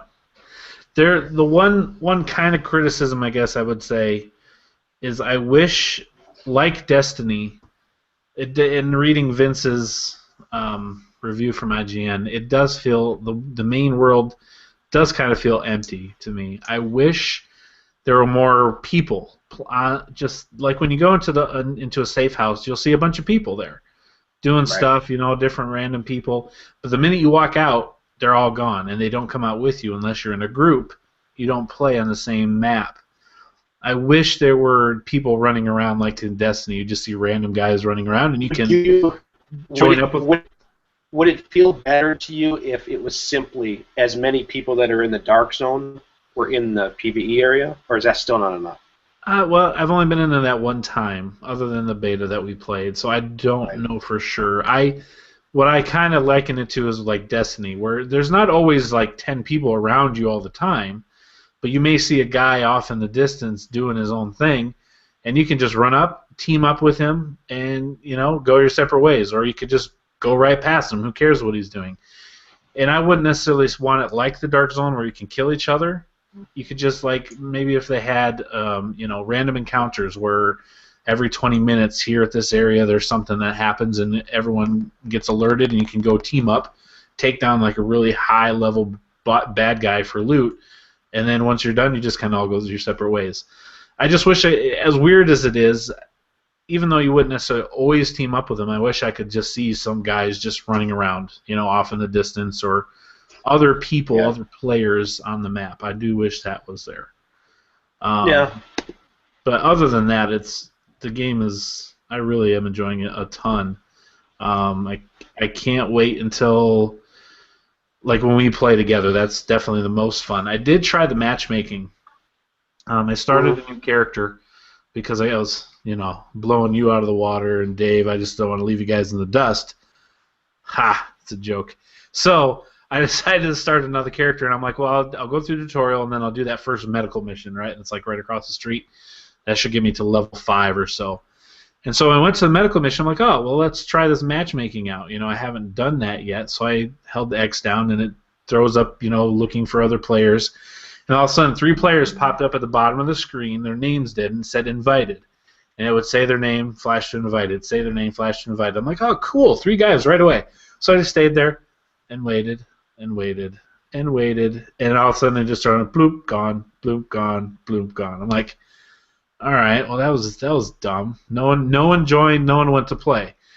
So I'm like, okay, I'm starting to wonder, okay, so how do they determine how this matchmaking is done? Do they just find someone that's a similar level that hasn't done the mission yet and just sends an invite like, hey, you want to play this mission, this guy wants to do it, he'll do it with you, and they can do it or not. That's my guess. See, so, I assumed, because I've done this once too, and I assumed that it would be people that were trying to do the same mission. I thought that too, until I tried it again. I'm like, all right, that was like matchmaking. I'm like, well, let's just do a quick matchmaking. There's like 2 options. So I hit the Y button to do the quick one. And all of a sudden I was joining somebody else's game. I'm like, all right, cool. They must be already doing it like that. And I'll just join in where they're at, and we'll do it together. It's like joining a mission already in progress. So it started, and I was still right at the beginning. I'm like, oh, cool, they must have just started. And so I went on, and there's only one other person. So the door blew up, I went in, and I see their little icon, like their name. I'm like, oh, cool, they must be in a ways. So I just start running, I'll catch up to them. Oh, wait, the guys are coming down the escalator. They look like they're further than that, so I hit my map button. They're outside the building, like 5 blocks away. Just really doing random things. I'm like, what? And I'd start talking. No one talked back. So they weren't even in the mission. They were across, like, literally 5 blocks down the road. And I'm like, okay. So I'm like, well, I'll still do this. And so I started doing, I was trying, like, hey, are you there? And I started shooting them, but there's more guys coming because there's 2 of us, supposedly. Yeah, it's leveled to 2 people. Right, right. And so just getting up the escalator, I was like, man, this is way too difficult. So I'm like, well, this guy is not playing, so forget this. So I backed out. I ended the session. I had to reload, and I just was like, well, I'll just do it myself. And I went through it on my own. It sounds like it's kind of broken because I was disappointed. What I was going to say about my turn is that I matchmake. 2 people dropped in almost immediately. Yeah. We went in, started playing it. Played through. 1 guy dropped out halfway, and so it was just two of us playing. But we played all the way through the rest of it. I guess they probably still, scaled it to 3 of us, I would assume, as far as once they were gone. Even though that guy dropped out. But he stayed in through. We didn't talk. We didn't communicate. We didn't strategize. Which I'm surprised that people don't talk as much. Right. We just played through it. But they did put, I assume when that guy dropped, I'm like, well, he had to. And this is a game that you can't pause. Right. Even when you're playing single player. Right. Unless you're in a safe zone, you can't set your controller down and go make a sandwich because you could have enemies come up on you. Right. I've been in my menu before, and all of a sudden you can tell I'm getting hit. Yeah. Because it's online, right. even when you're just playing by yourself. So, but the matchmaking worked for me in that scenario, and they were right there in that mission, like at the same spot as me. Obviously, if you're joining friends' groups, like you did that one time, we were at the end of the mission. Yeah, and you joined us. You joined us at the bottom. Yep, and I had to walk all the way up there. But there were no enemies. No, they were already dead. Yep. And you made it all the way to the top and helped us finish. Well, you were present for the finishing because you were like at the time 4. You were level 4 and we were level 10s, and you couldn't do anything. No. Because as we've mentioned, they scale to the highest. Scale it to how many people are there, and then they scale it to the highest level. Yeah. People that were there, and on top of that, my cousin wanted to play it on hard difficulty. So all of the enemies were scaled to him, who was a level 11, and you had a level 10 and 2 level 4s. Yeah. Playing in our group, and so the guys were all scaled to level 11, and they all had body armor on, which was like you had to kill them twice. Yeah. And it was just, it was frustratingly difficult. Yeah, that was bad. But we got through it, and you guys got a lot of XP. We did. A lot of cool stuff we couldn't use. Yeah, I know. It's too high of a level. Yeah. But now you're 17 and I'm 12 or 13, so I'm gonna have to get computer tonight. The more I play, the more fun. I really like it a lot. A lot. I know that one of the friends of the guys that Kind of Funny, Alfredo. Yeah. I forgot his last name. Diaz. He plays this a lot with his girlfriend. I mean, he just plays probably a lot anyways, but him and his girlfriend both play, and they're always posting pictures of their build. And he's really obsessed with character builds. It's like his favorite thing to do, making sure he's getting all of the ultimate, whatever, the super advanced, like the gold gear. Yeah, I got my first purple yesterday. Backpack. Yeah? He tweeted something the other day saying he's so obsessed with it that now he's building his girlfriend's character. And he got her DPS to 10,000. Wow. Without losing any other, like just reorganizing the gear. Without losing any other skills, he got her DPS to 10,000. Wow. I don't know what my DPS is, but I know it's not 10,000. It's probably not even. I would be surprised if it's less than 1,000. Oh, I bet it's more than that. My health is like 8, and I think my DPS is like 6,000 now. Oh, well. So I don't know. Anyway, it's a good game. I'm enjoying it, and I would recommend it to those of you that like shooters, like third-person shooters, and like that kind of loot circle. It's fun, and if you got friends to play with, even better. So, just a quick recap back on Rocket League, since I just looked back up and it's on my screen. To compare, talking about with me being in second place, for example, with wins on all my friends, Tyler is the only one who's ahead of me. I have 76 wins. Do you want to guess where Tyler is? I bet he's close. I don't know. 285 wins. Oh my! Those are just the wins. Not even games played. Yeah, those are just the wins. It doesn't say how many. Like for example, his goals. I've got 215 goals, second out of all my friends. He's got 1,060. Oh my goodness! Hang on. Okay, wait. How many wins does Tyler have? 285. I've had this game much longer than Tyler has, okay? And I have 268 wins. I've played a total of 469 matches, and I have 934 goals. So yours shows matches. Where do you see the matches at? Are you in the leaderboard, or are you on the achievement leaderboard, Dave? I'm on my stats. I was on the achievement, but now I'm back in the game. Yeah. I'm back in. I'm in. Game, it doesn't show games. It might show the wins. I mean, it might show the matches for me personally in my stats, but comparing stats it doesn't show. Okay, so I'm on my leaderboard, and I am behind. I'm number 5 on my leaderboard. I have a couple random people that I met actually playing Rocket League on my leaderboard. So the highest on my leaderboard is 551 wins. Where are you, Chad? I'm below you, I'm sure. Wait, I didn't play that very much. You're number 8 on my leaderboard with 7 wins. Yeah. Well, yeah, you don't play on PS4 very much, though. I should. Yeah, I'm number 5 with, I think that's goals. Yep. I'm number 5 in MVPs, number 5 in saves, number 5 in shots, and number 5 in assists. See, my career record, I played 151 matches, which Tyler has 280 something wins.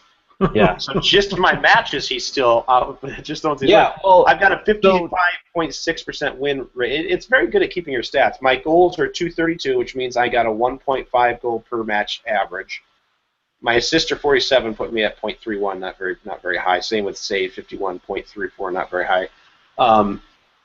But I started realizing too when I started thinking about it, and it makes sense to like you got to pay attention to what actual thing you're. First of all, I realized, well, I don't have to play ranked games to move my stats up. So I stopped playing ranked games and started playing the regular ones after a while because there was more people in those leaderboard or in lobby numbers, anyways, too. But then also between playing, one-on-one or doubles or triples or chaos can also affect your assists versus your. I mean, obviously, if you're playing solo, you're not going to have any assists at all. You play even with doubles. Most of the time, one person might go back to make sure no one scores, so you're not doing as many assists there. But if you're playing chaos, you can get a lot of assists because the ball's constantly bouncing all over the place like madness, chaos.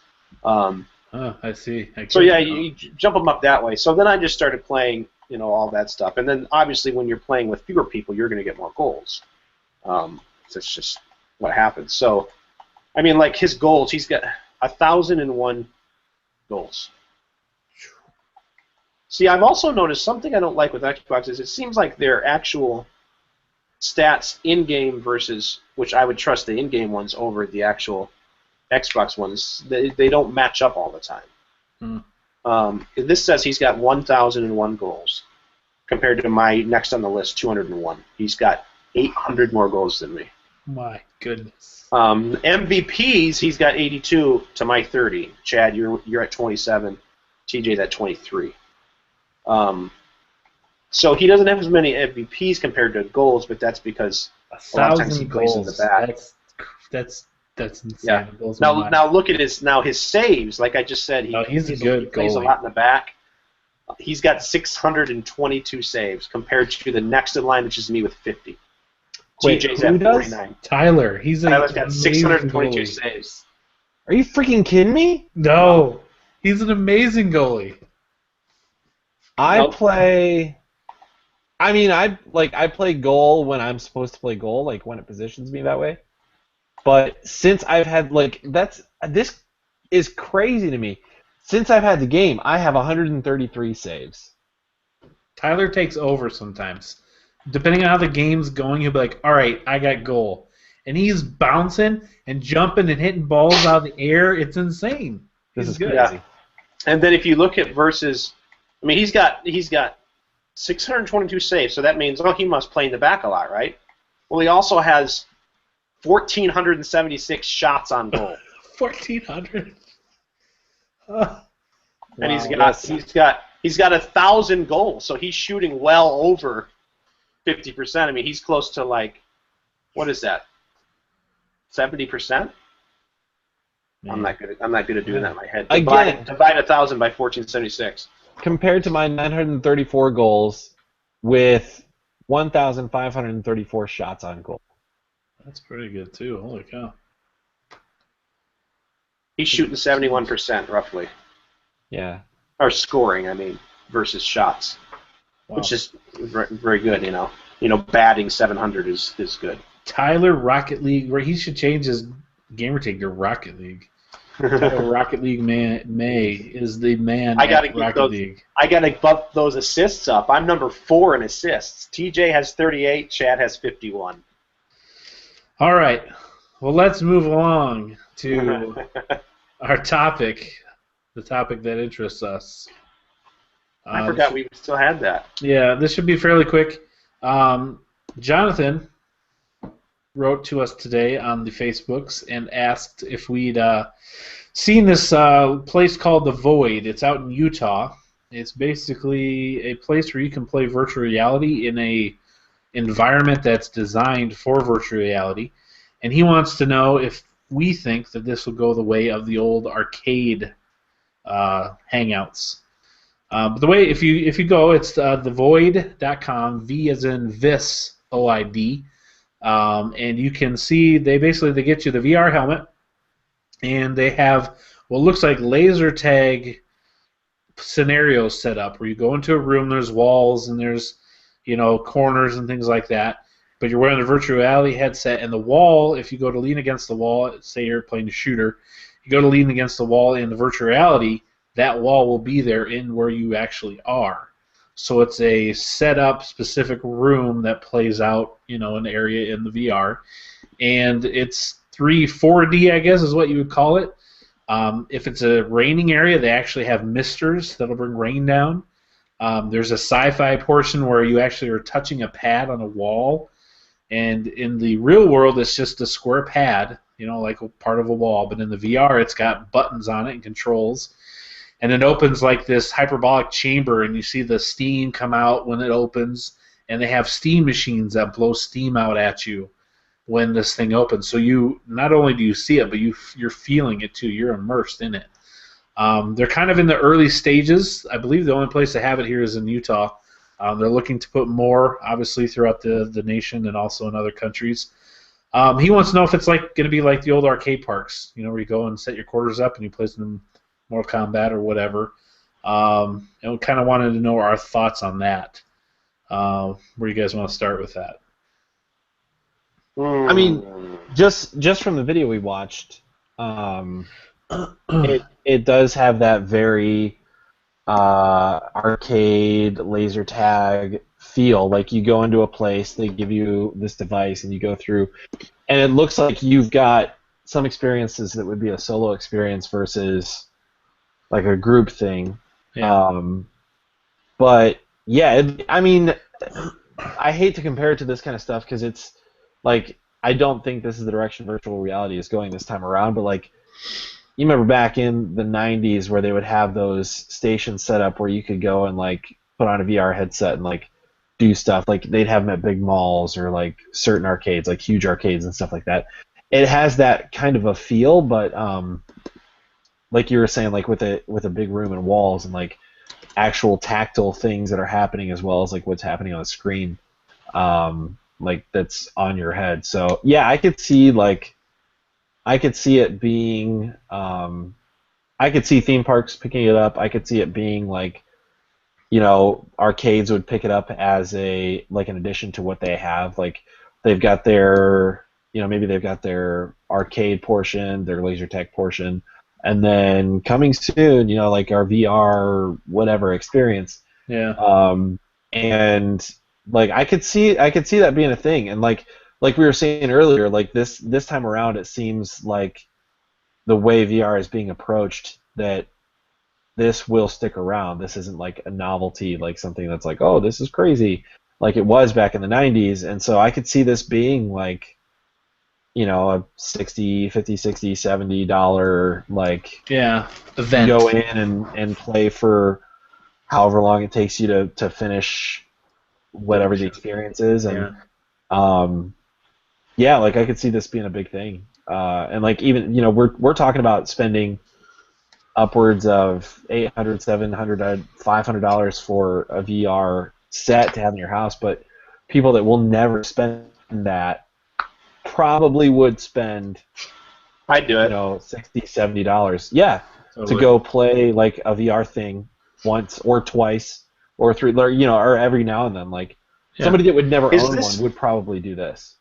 Is this something that they're capable of doing a multiplayer thing? Like 2-3 people go in with headsets? Yeah, from the video they showed a couple people doing like a back-to-back with their guns drawn, shooting robots or aliens. So it has different programs. I'm sure it's kind of like a holodeck, right? Yeah. From Star Trek, except for it's got walls and stuff that you can go into and actually. T.O. Gray, hot. Captain Picard. Yeah. So yeah, I think seriously, I wanted a holodeck so bad when I used to sneak out of my room and lay on the floor in the hallway so my mom couldn't see me, but I could still see the TV and I could watch Star Trek: The Next Generation, That's awesome. Magnum PI, MacGyver, and Quantum Leap. That's great. Your little I'd stay up till like spot. a quarter to midnight. Kid stuff nowadays. Yeah. Yeah, no, I agree. I think it's going to be maybe not necessarily the old arcades as far as everybody going to them, but like a laser tag place where it's an event, it's a birthday party, it's a get together or whatever you do once a year. If it were close to me, man, I would love to try something like that. It looks like a ton of fun. I'd recommend going to watch. They have a video on YouTube, like 2.5 minute, kind of like teaser thing showing you what they're about. It's pretty cool looking. I would love to try it. So that's pretty cool. Yeah. All right. Thank you, Jonathan, for that topic. Something to look into for sure. All right, that brings us to our final segment of the day, which is Game Scoop's 20 questions. Scoop! Oh. Do-do-do! No. Do-do-do-do-do-do. It's still happening. Yep. So does my churn this week. My turn. Your churn? My turn. Oh, lazy. It was my turn to choose this week's 20 questions game, and I have this game pulled up on my Wikipedia page here. So, you guys may begin now. Chad. Hi. Was this game released prior to January 1st, 2000? No. All right. Chad, was this game released prior to January 1st, 2010? Yes.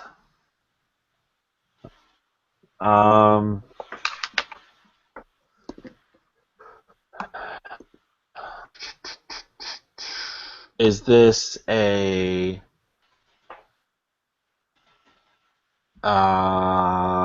first party game? No. Not first party. Correct. It is not. Is this part of a franchise? Yes. All right. Is there a game in this franchise playable on current gen? No.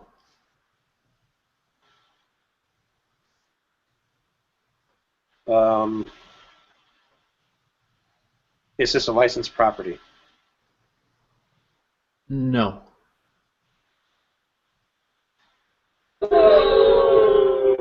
I'm sorry, it's no. Good grief. What? Okay, so I have to tell you what that was now. I have this thing on my phone that I use to count like the questions. It's a level counter basically for like RPGs and stuff. And when you go down, it boos because you lost a level. So I was the first time I used this, so I was like boo, and I have a Bluetooth speaker hooked up. I was listening to podcasts with, so I got booed from the answer. That's cool. So what question was that? That was number 6. Not a licensed property. Not a licensed property. Number 6. Oh man, that scared me a little bit. I did not expect that. All right, so is this not a licensed property? Is this not a first party?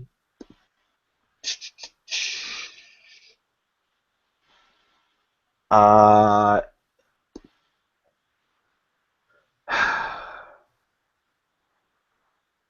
of a franchise. Is this a shooter? Yes.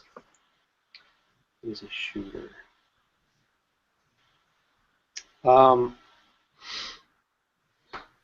Is this a side-scrolling shooter? No. You play as a human?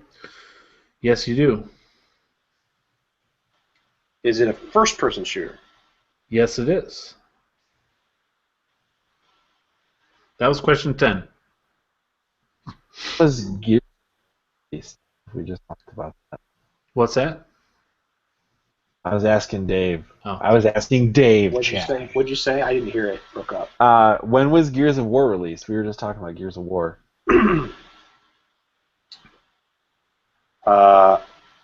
It was definitely released. Right? It was definitely released in that window because it came out for 360, which I think was released in 2005 or 2006. Oh wait, did he say it is a first person though?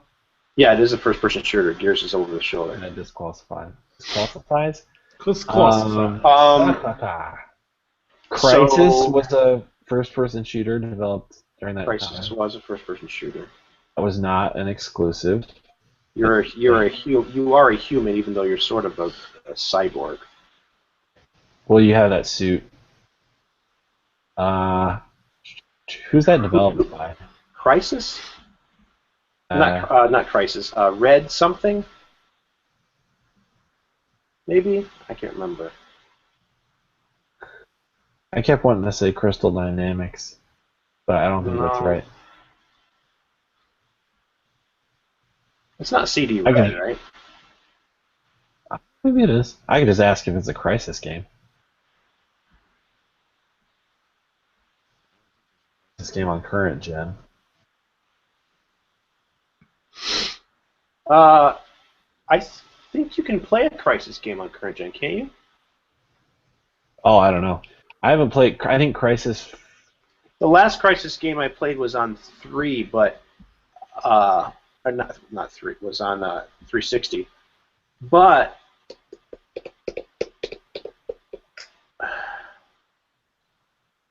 I don't know. I thought for some reason there was a way you could play it or something. Not that. We could ask if it's a Crysis game, I guess. I mean, I don't want to get too hung up on one thing, but Chad, is this a Crysis game? No. There you go. Not Crysis. Is this the first game in its franchise? Yes, it is. Oh. First game. So it's a franchise not playable on current gen. Right. But this is the first game in the franchise. First person shooter. So it's not very old. Deus Ex.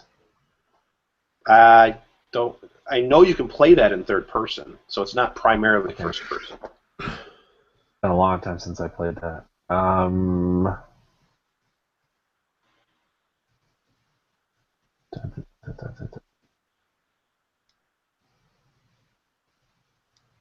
What about Perfect Dark? We talked about it last time and ruled it out, but that's a first-person shooter.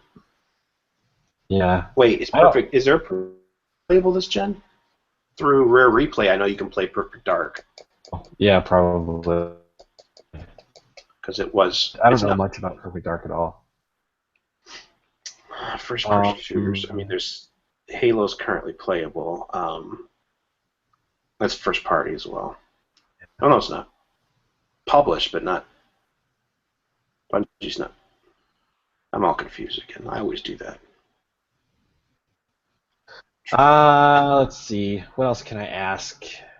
We know it's a shooter. We know it's first person. We still don't know when it even released. Could have released on last gen. Could have released prior. We're on question 13. Yeah, that's true. Chad, did this release on the PS3, 360, Wii generation? Yes. Okay. So it's a last-gen first-person shooter.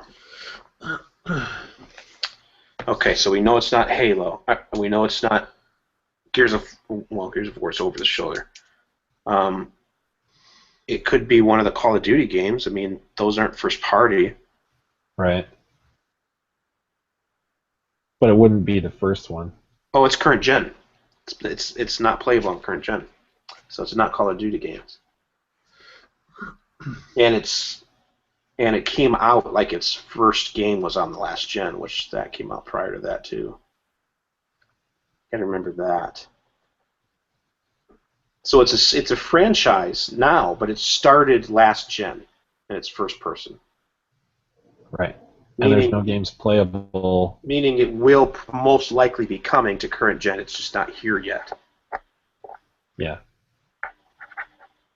Because games like, obviously it's not Uncharted, but Uncharted has, what? It started last gen, but has 3 games on last gen. 3 games. Well, yeah, or more, depending on like if you're considering other devices.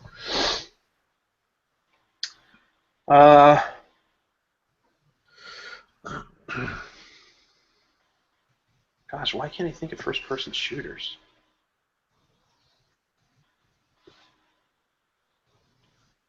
What about, I don't know, Far Cry's available, current gen.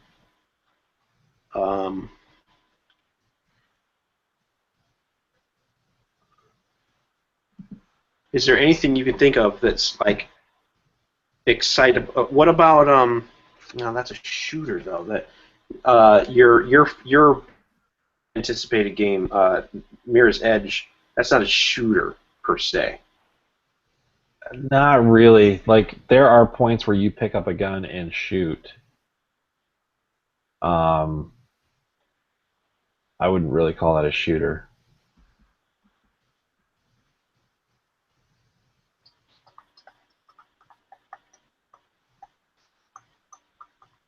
Oh, what about Titanfall? It's on current. It released current gen. Oh, did it? Yeah. What about? I mean, it came out last gen, but at the same time as it released current. Oh. What about? Shoot, it was on the tip of my tongue. What about Resistance? That's a first person. It's a part of a franchise that's all on last gen. There's no current gen. Yeah, what did the first game release on? Yeah, it was a PlayStation 3 launch game, I think. Also, while we're on it, also, what about Killzone? Did Killzone release on PS3 or was that PS2? I don't think I know enough about Killzone either. So if it's like while we're on that line of reasoning though, if it's a last gen, the first game in this franchise was released on last gen, but it's not current. And gen, there's none on current gen. Right. And it's a franchise. We have to assume it was released close to the beginning. Right. Of last gen. Right. So, yeah, those are 2 definite possibilities, I'd say at least. Was there I can't remember if there was a Killzone that came out for PlayStation 4 yet. I want to say maybe there was, and it wasn't received. Killzone did have a game that released recently. Okay. That probably would have been on current gen. Chad, I'm going to get this out of the way because I can't think of any other until I get it out of my head. Is this a game in the Resistance franchise? No. Okay. Resistance. Okay. It's not Wolfenstein because that's a franchise that started before last gen. It's an old franchise. It's not Doom. Nope. Trying to think of other shooters. What the order was third person, right? Or what? Yeah, and that was current gen.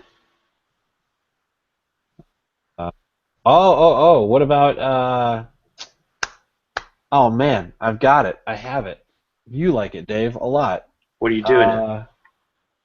Although I don't know if it's a franchise. It's probably not a franchise. That one game, hang on, I'm looking at my games here. Dishonored. That's not a franchise though. It's also not a shooter. It is part of a franchise because it's coming out. They're coming out with more games, but they also released a definitive edition on current gen. I have it on current gen. Yeah, it is a good game. Dang it.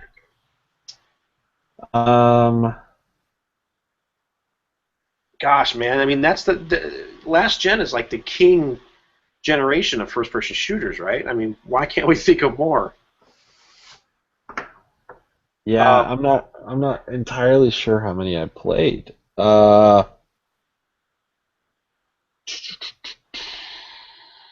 let's think of all the. Is there a way to like narrow down what type of shooter it is? Like, should we ask like military shooter, futuristic Yeah, we've got shooter?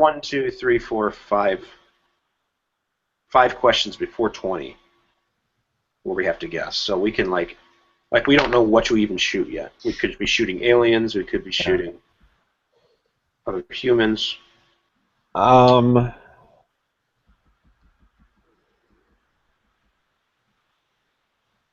What it, about Mass I, Effect? I, well, you can play that in third Oh, that's person. third person. Yeah, you're right. Um, okay, Chad. Yeah. Are the enemies primarily human in this game? I can't remember. Hold on, let me look. My first gut says yes, they are, but I want to make sure that that is correct.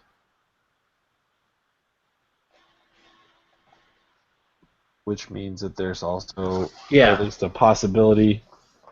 I'm thinking, yeah, I'm thinking either there's a possibility that there's other things that are not the primary enemy, or that the primary enemies wear suits of some kind that made him have to think real quick Yeah. of whether they were humans or I not. love I love how we play the answer to the question as well as the question itself.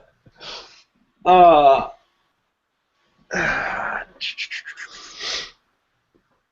what about Dead Space? Well, Dead No, Space, obviously, you're not shooting any humans. What am I thinking? yeah, that's all aliens. Also, third person. Yeah. Dumb, real dumb, real dumb. Um, does this take place on a Earth-like environment? Yeah, it's Earth. Mm. On Earth. Like we Three keep more asking these questions. questions, and I still have no clue. I feel like I'm not getting any closer to an answer. So it's a first-person shooter on Earth, which would answer the question that primarily you're not Wait, shooting humans, which maybe animals are the other things that might kill.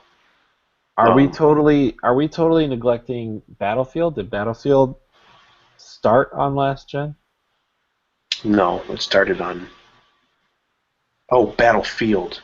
Yeah. I don't think I've ever played a Battlefield game. I don't know enough Why about would there Battlefield. be any question in Battlefield of whether it's primarily humans, though? Oh, that's true.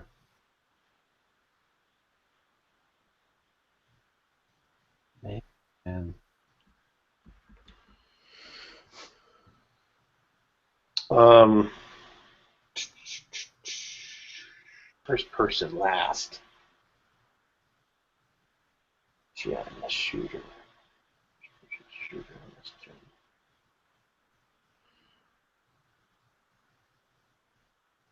What about? I was about to ask a super open-ended question, like how many games in this franchise are there? Yes. But yes. That one Um, game. That one game has a current gen. I can't think of the name, but it's got current gen adaptations or something. Some type of game that's it's like 2055 or 20 something. Oh, Metro. Metro, yeah. They re-released something like that on current gen. Yeah.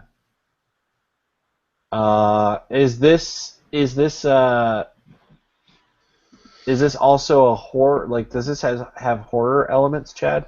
Yeah, it has some horror Gosh, elements to why it. we didn't ask that? That was last time too. Horror Okay, so elements. that makes me think of like Fear. I think Fear started on last gen. There are definitely more than one of those games. I never played any of them more than minutes, so I am of no help as far as that. What about Condemned? I was just gonna say that a Condemned is shooter? also. More like Uh, Melee, right? Pipes and knives or whatever else. Yeah, it's combat. I wouldn't say it's necessarily primarily a shooter. Well, I guess. Now, okay. What about primarily humans in fear? Yeah, it's a lot of like soldiers. Okay. It's got supernatural elements, but it's But still there in a are grounded ghosts human. and stuff too. Yeah. Hmm.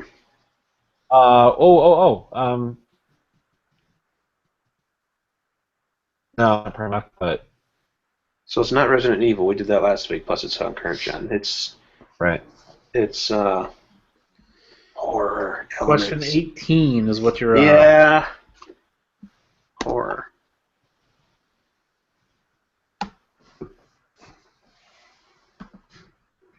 Last gen.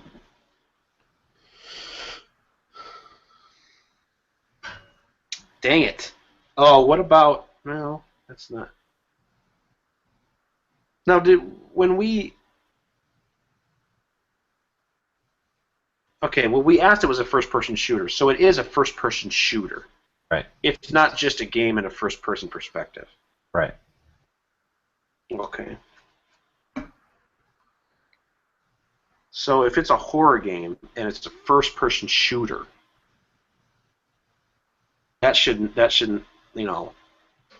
knock out games obviously like Condemned and I mean, are there a lot of first-person shooter horror games? Resident Evil, even though that's not it. It has horror elements. It's not necessarily. It's not first a horror game at all, but it does have horror elements to it.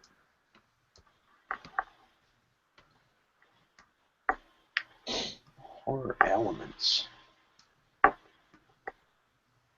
which is what I wrote down. I just don't know why I jumped to horror genre, but.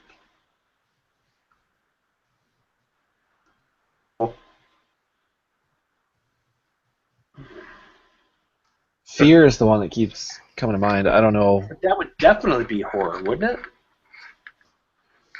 Yeah, I guess that's pervasive horror. What are the? I don't think I've played a Half-Life game ever. Too is Half-Life first person?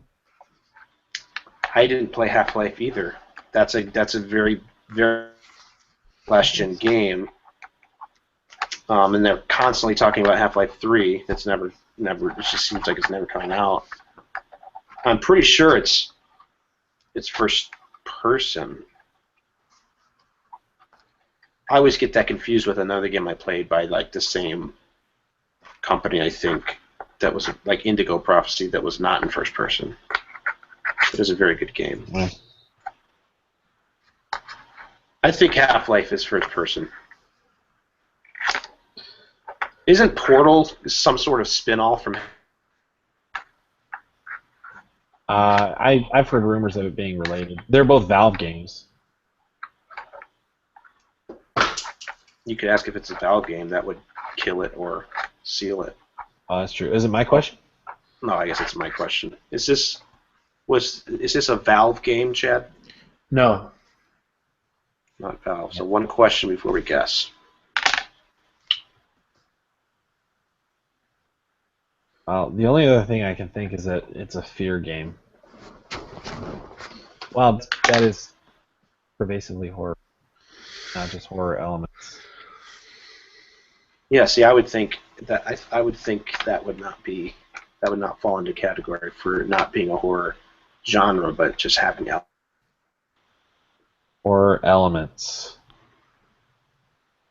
Last game, it's the first one that came out. Fear. Did Fear start last gen? I don't know why we're on Fear. I keep ruling it out in my head, and I'm going back to it. I'm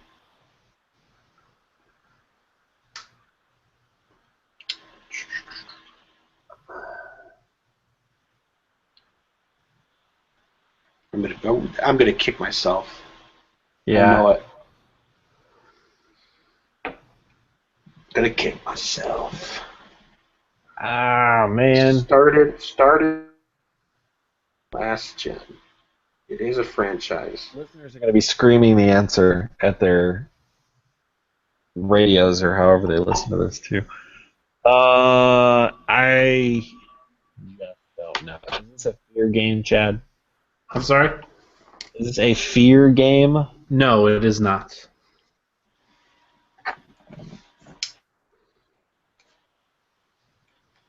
Disappointed in you, Josh. Couldn't get it out of your head. No.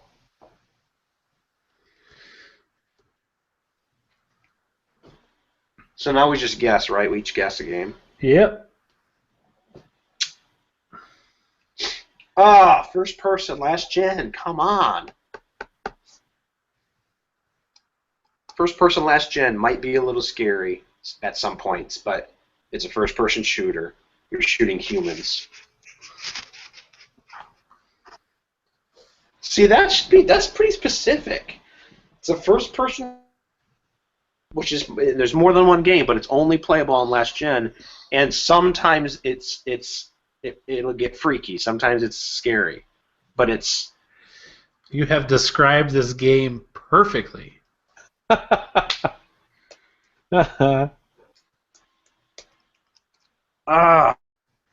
feel like we could have asked some.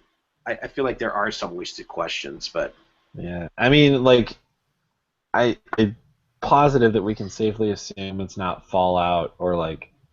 It's not Fallout. Yeah, it started sooner than that.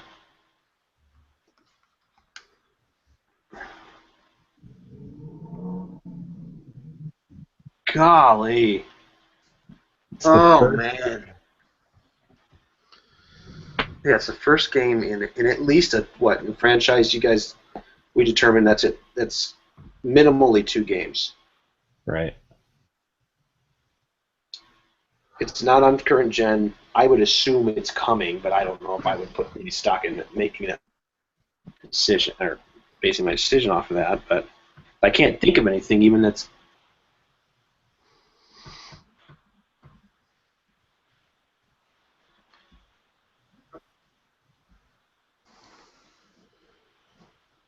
Oh man.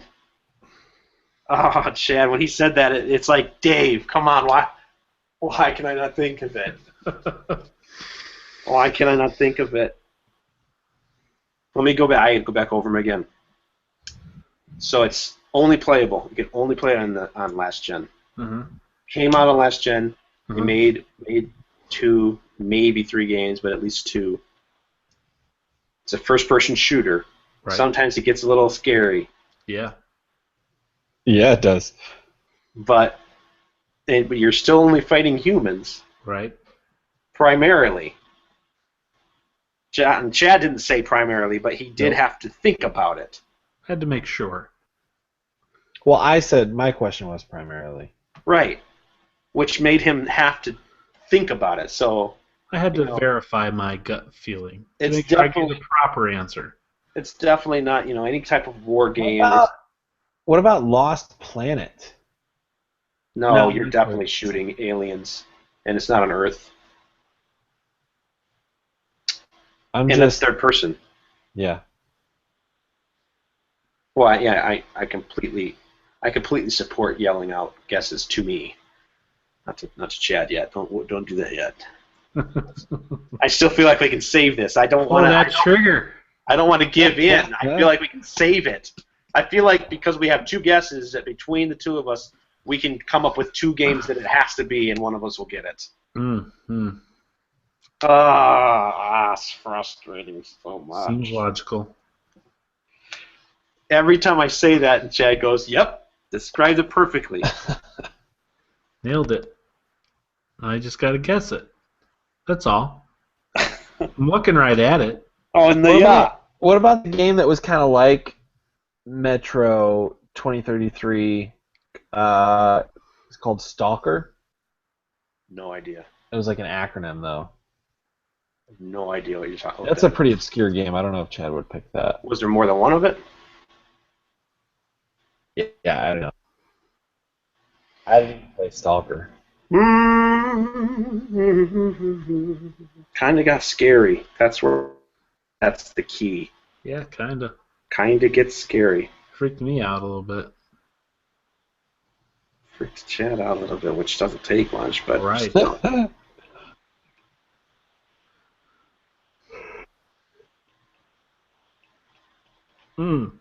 I so badly want you to get this. I know! I feel like we need to go over every question just to see if there are any hints that You're going to play out. 40 questions this week, ladies and gentlemen. We can throw out the first two because we know it's last gen only.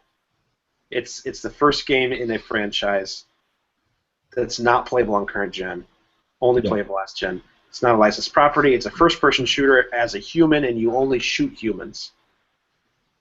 And it takes. Yep. And sometimes it gets scary. Mm-hmm. There are times when you're playing a normal first-person shooter, shooting people, and all of a sudden, whoa, dude, kind of freaked me out a little bit. Yep. Go back to shooting humans. Oh, man. Oh, man. What? You're going to kill yourself. No, you're going to kick yourself. You probably won't kill yourself, but you'll kick yourself. Oh, wait. Josh. Wait. Come What's on, Google? Josh. Is Google helping you? No, what about like the Dead Island games? I thought about that, but that's why I specifically asked shooting, because there's a lot of melee Oh, that's a lot of melee swords and whatnot. in that. Yeah, I did think about that. Because there is something I think coming for current gen. They just got like a collection announced or something. But I think that all of those, well, maybe not. I guess not. I was going to say they all kind of fall into horror, but not really. It's not really horror. Like, Yeah, those aren't really scary. It's not. But there are jump moments. Yeah, definitely. Gosh, dang it, Dave.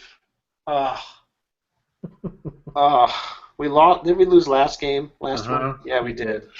With Resident Evil or whatever. Oh, man. Not good. Pull the trigger. Let's go. Not good. Not good.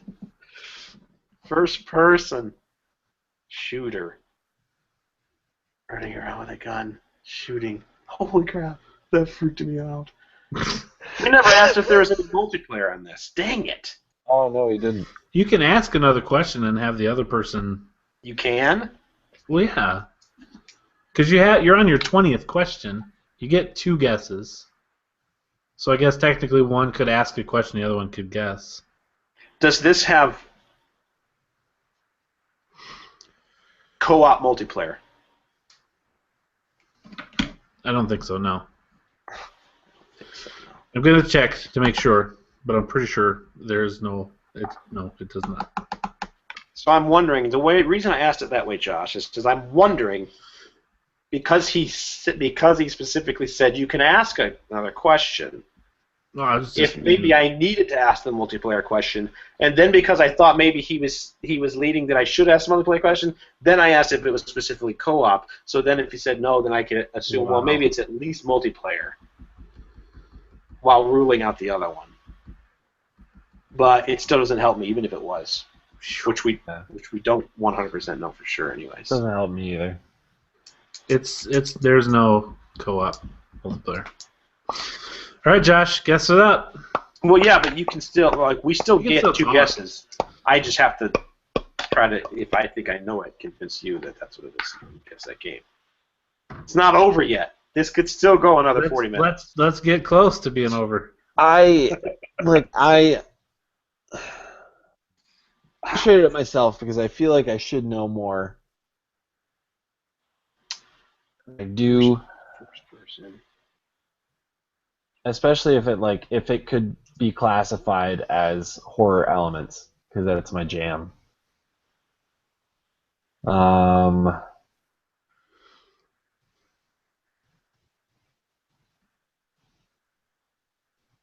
Yeah,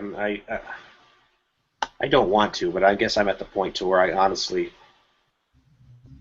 need to wrap it up. Yeah, just give up. I lost. I'm gonna be mad at myself. So I will guess.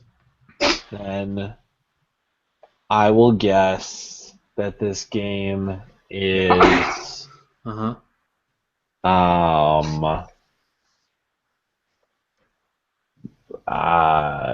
this game I'm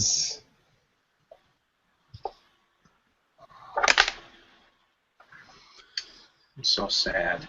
Uh-huh. I'm so sad. Oh, wow. Man, I don't know. I'll guess that this game is Dead Rising. No, it is not Dead Rising. Would you like to know what game it is? Yeah. 360 FPS games. Let me see if I can pick it up out of a lineup. Oh, you know what? What about BioShock? It's BioShock! Dang it! Hang on. Wait a second. I said it could be BioShock, and then I was like, no. And the reason is that I don't think those are humans. They are. And- They're spliced. They're splicers. They're humans And that had doesn't experiments done to them that made them crazy. Oh my Isn't Infinite on gosh. current gen? No. Oh my god. Oh, see, that's if I had thought those two things, then I would have guessed BioShock. As soon as I saw it. For some I reason, I was knew. thinking that BioShock was on current gen, that Infinite was on. There are rumors that they're doing a definitive edition, but there's nothing there yet. One thing we need to clarify when asking questions, I'm realizing, is that we need to clarify current gen via backwards compatibility or current gen. No, that's why I like just making it broad. Yeah, I know, but then, yeah. The broad is not cheating. It's still it's still a legitimate question. As long as we're saying playable versus like when I say playable, or something. Yeah, when I say playable, I'm thinking both ways. I'm thinking either backwards, because right now. Or definitive. Right. I'm thinking either way, either backwards compatible, definitive, or there's an actual new game released. Yeah. Well, this one is not. Either way. Yeah. But. Dang it, man! I wish I would have thought of BioShock. I feel like it was on the tip of my tongue like early on, and then just went. First-person shooter, kind of horror. I mean, it's got freaky moments in it, but it's not a horror game. It also has RPG elements in it.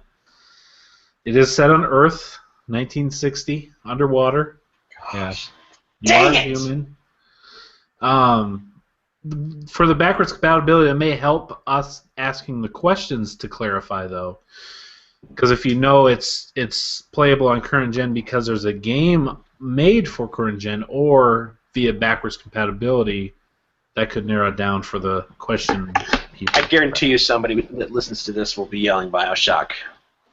Well, that's what I'm saying. We're sorry. It's like you're shooting. And I said, I said the words BioShock. I didn't hear you say that. I said, what if it's BioShock? I don't ever remember hearing that. Yeah, and then I was like, had that in your head. On current gen. I feel like if I would have heard you, I would have been like, Josh, yes, let's at least rule it out. I didn't even hear rule it out. I'm gonna have to go back and listen because I feel like I said it, but I ruled it out myself because I was like. I was positive Infinite was on current gen for some reason. Nope. One of the last games of last gen. So. All right. Well, there it is. Frustrating as it may be. I remember my memory of that was that I played it late in the game. I played it in Las Vegas of all places. I brought my Xbox 360 on a trip, on a tour. And it was my first time in Las Vegas, where I love Las Vegas. I love going to shows. I love all the different things of I love Las Vegas. It's one of my favorite cities. And I could go there and be entertained 24/7. But the first time I went there, I had no expectations. I was so I brought my Xbox with me, and I sat in my hotel room, and my brother said he really liked it.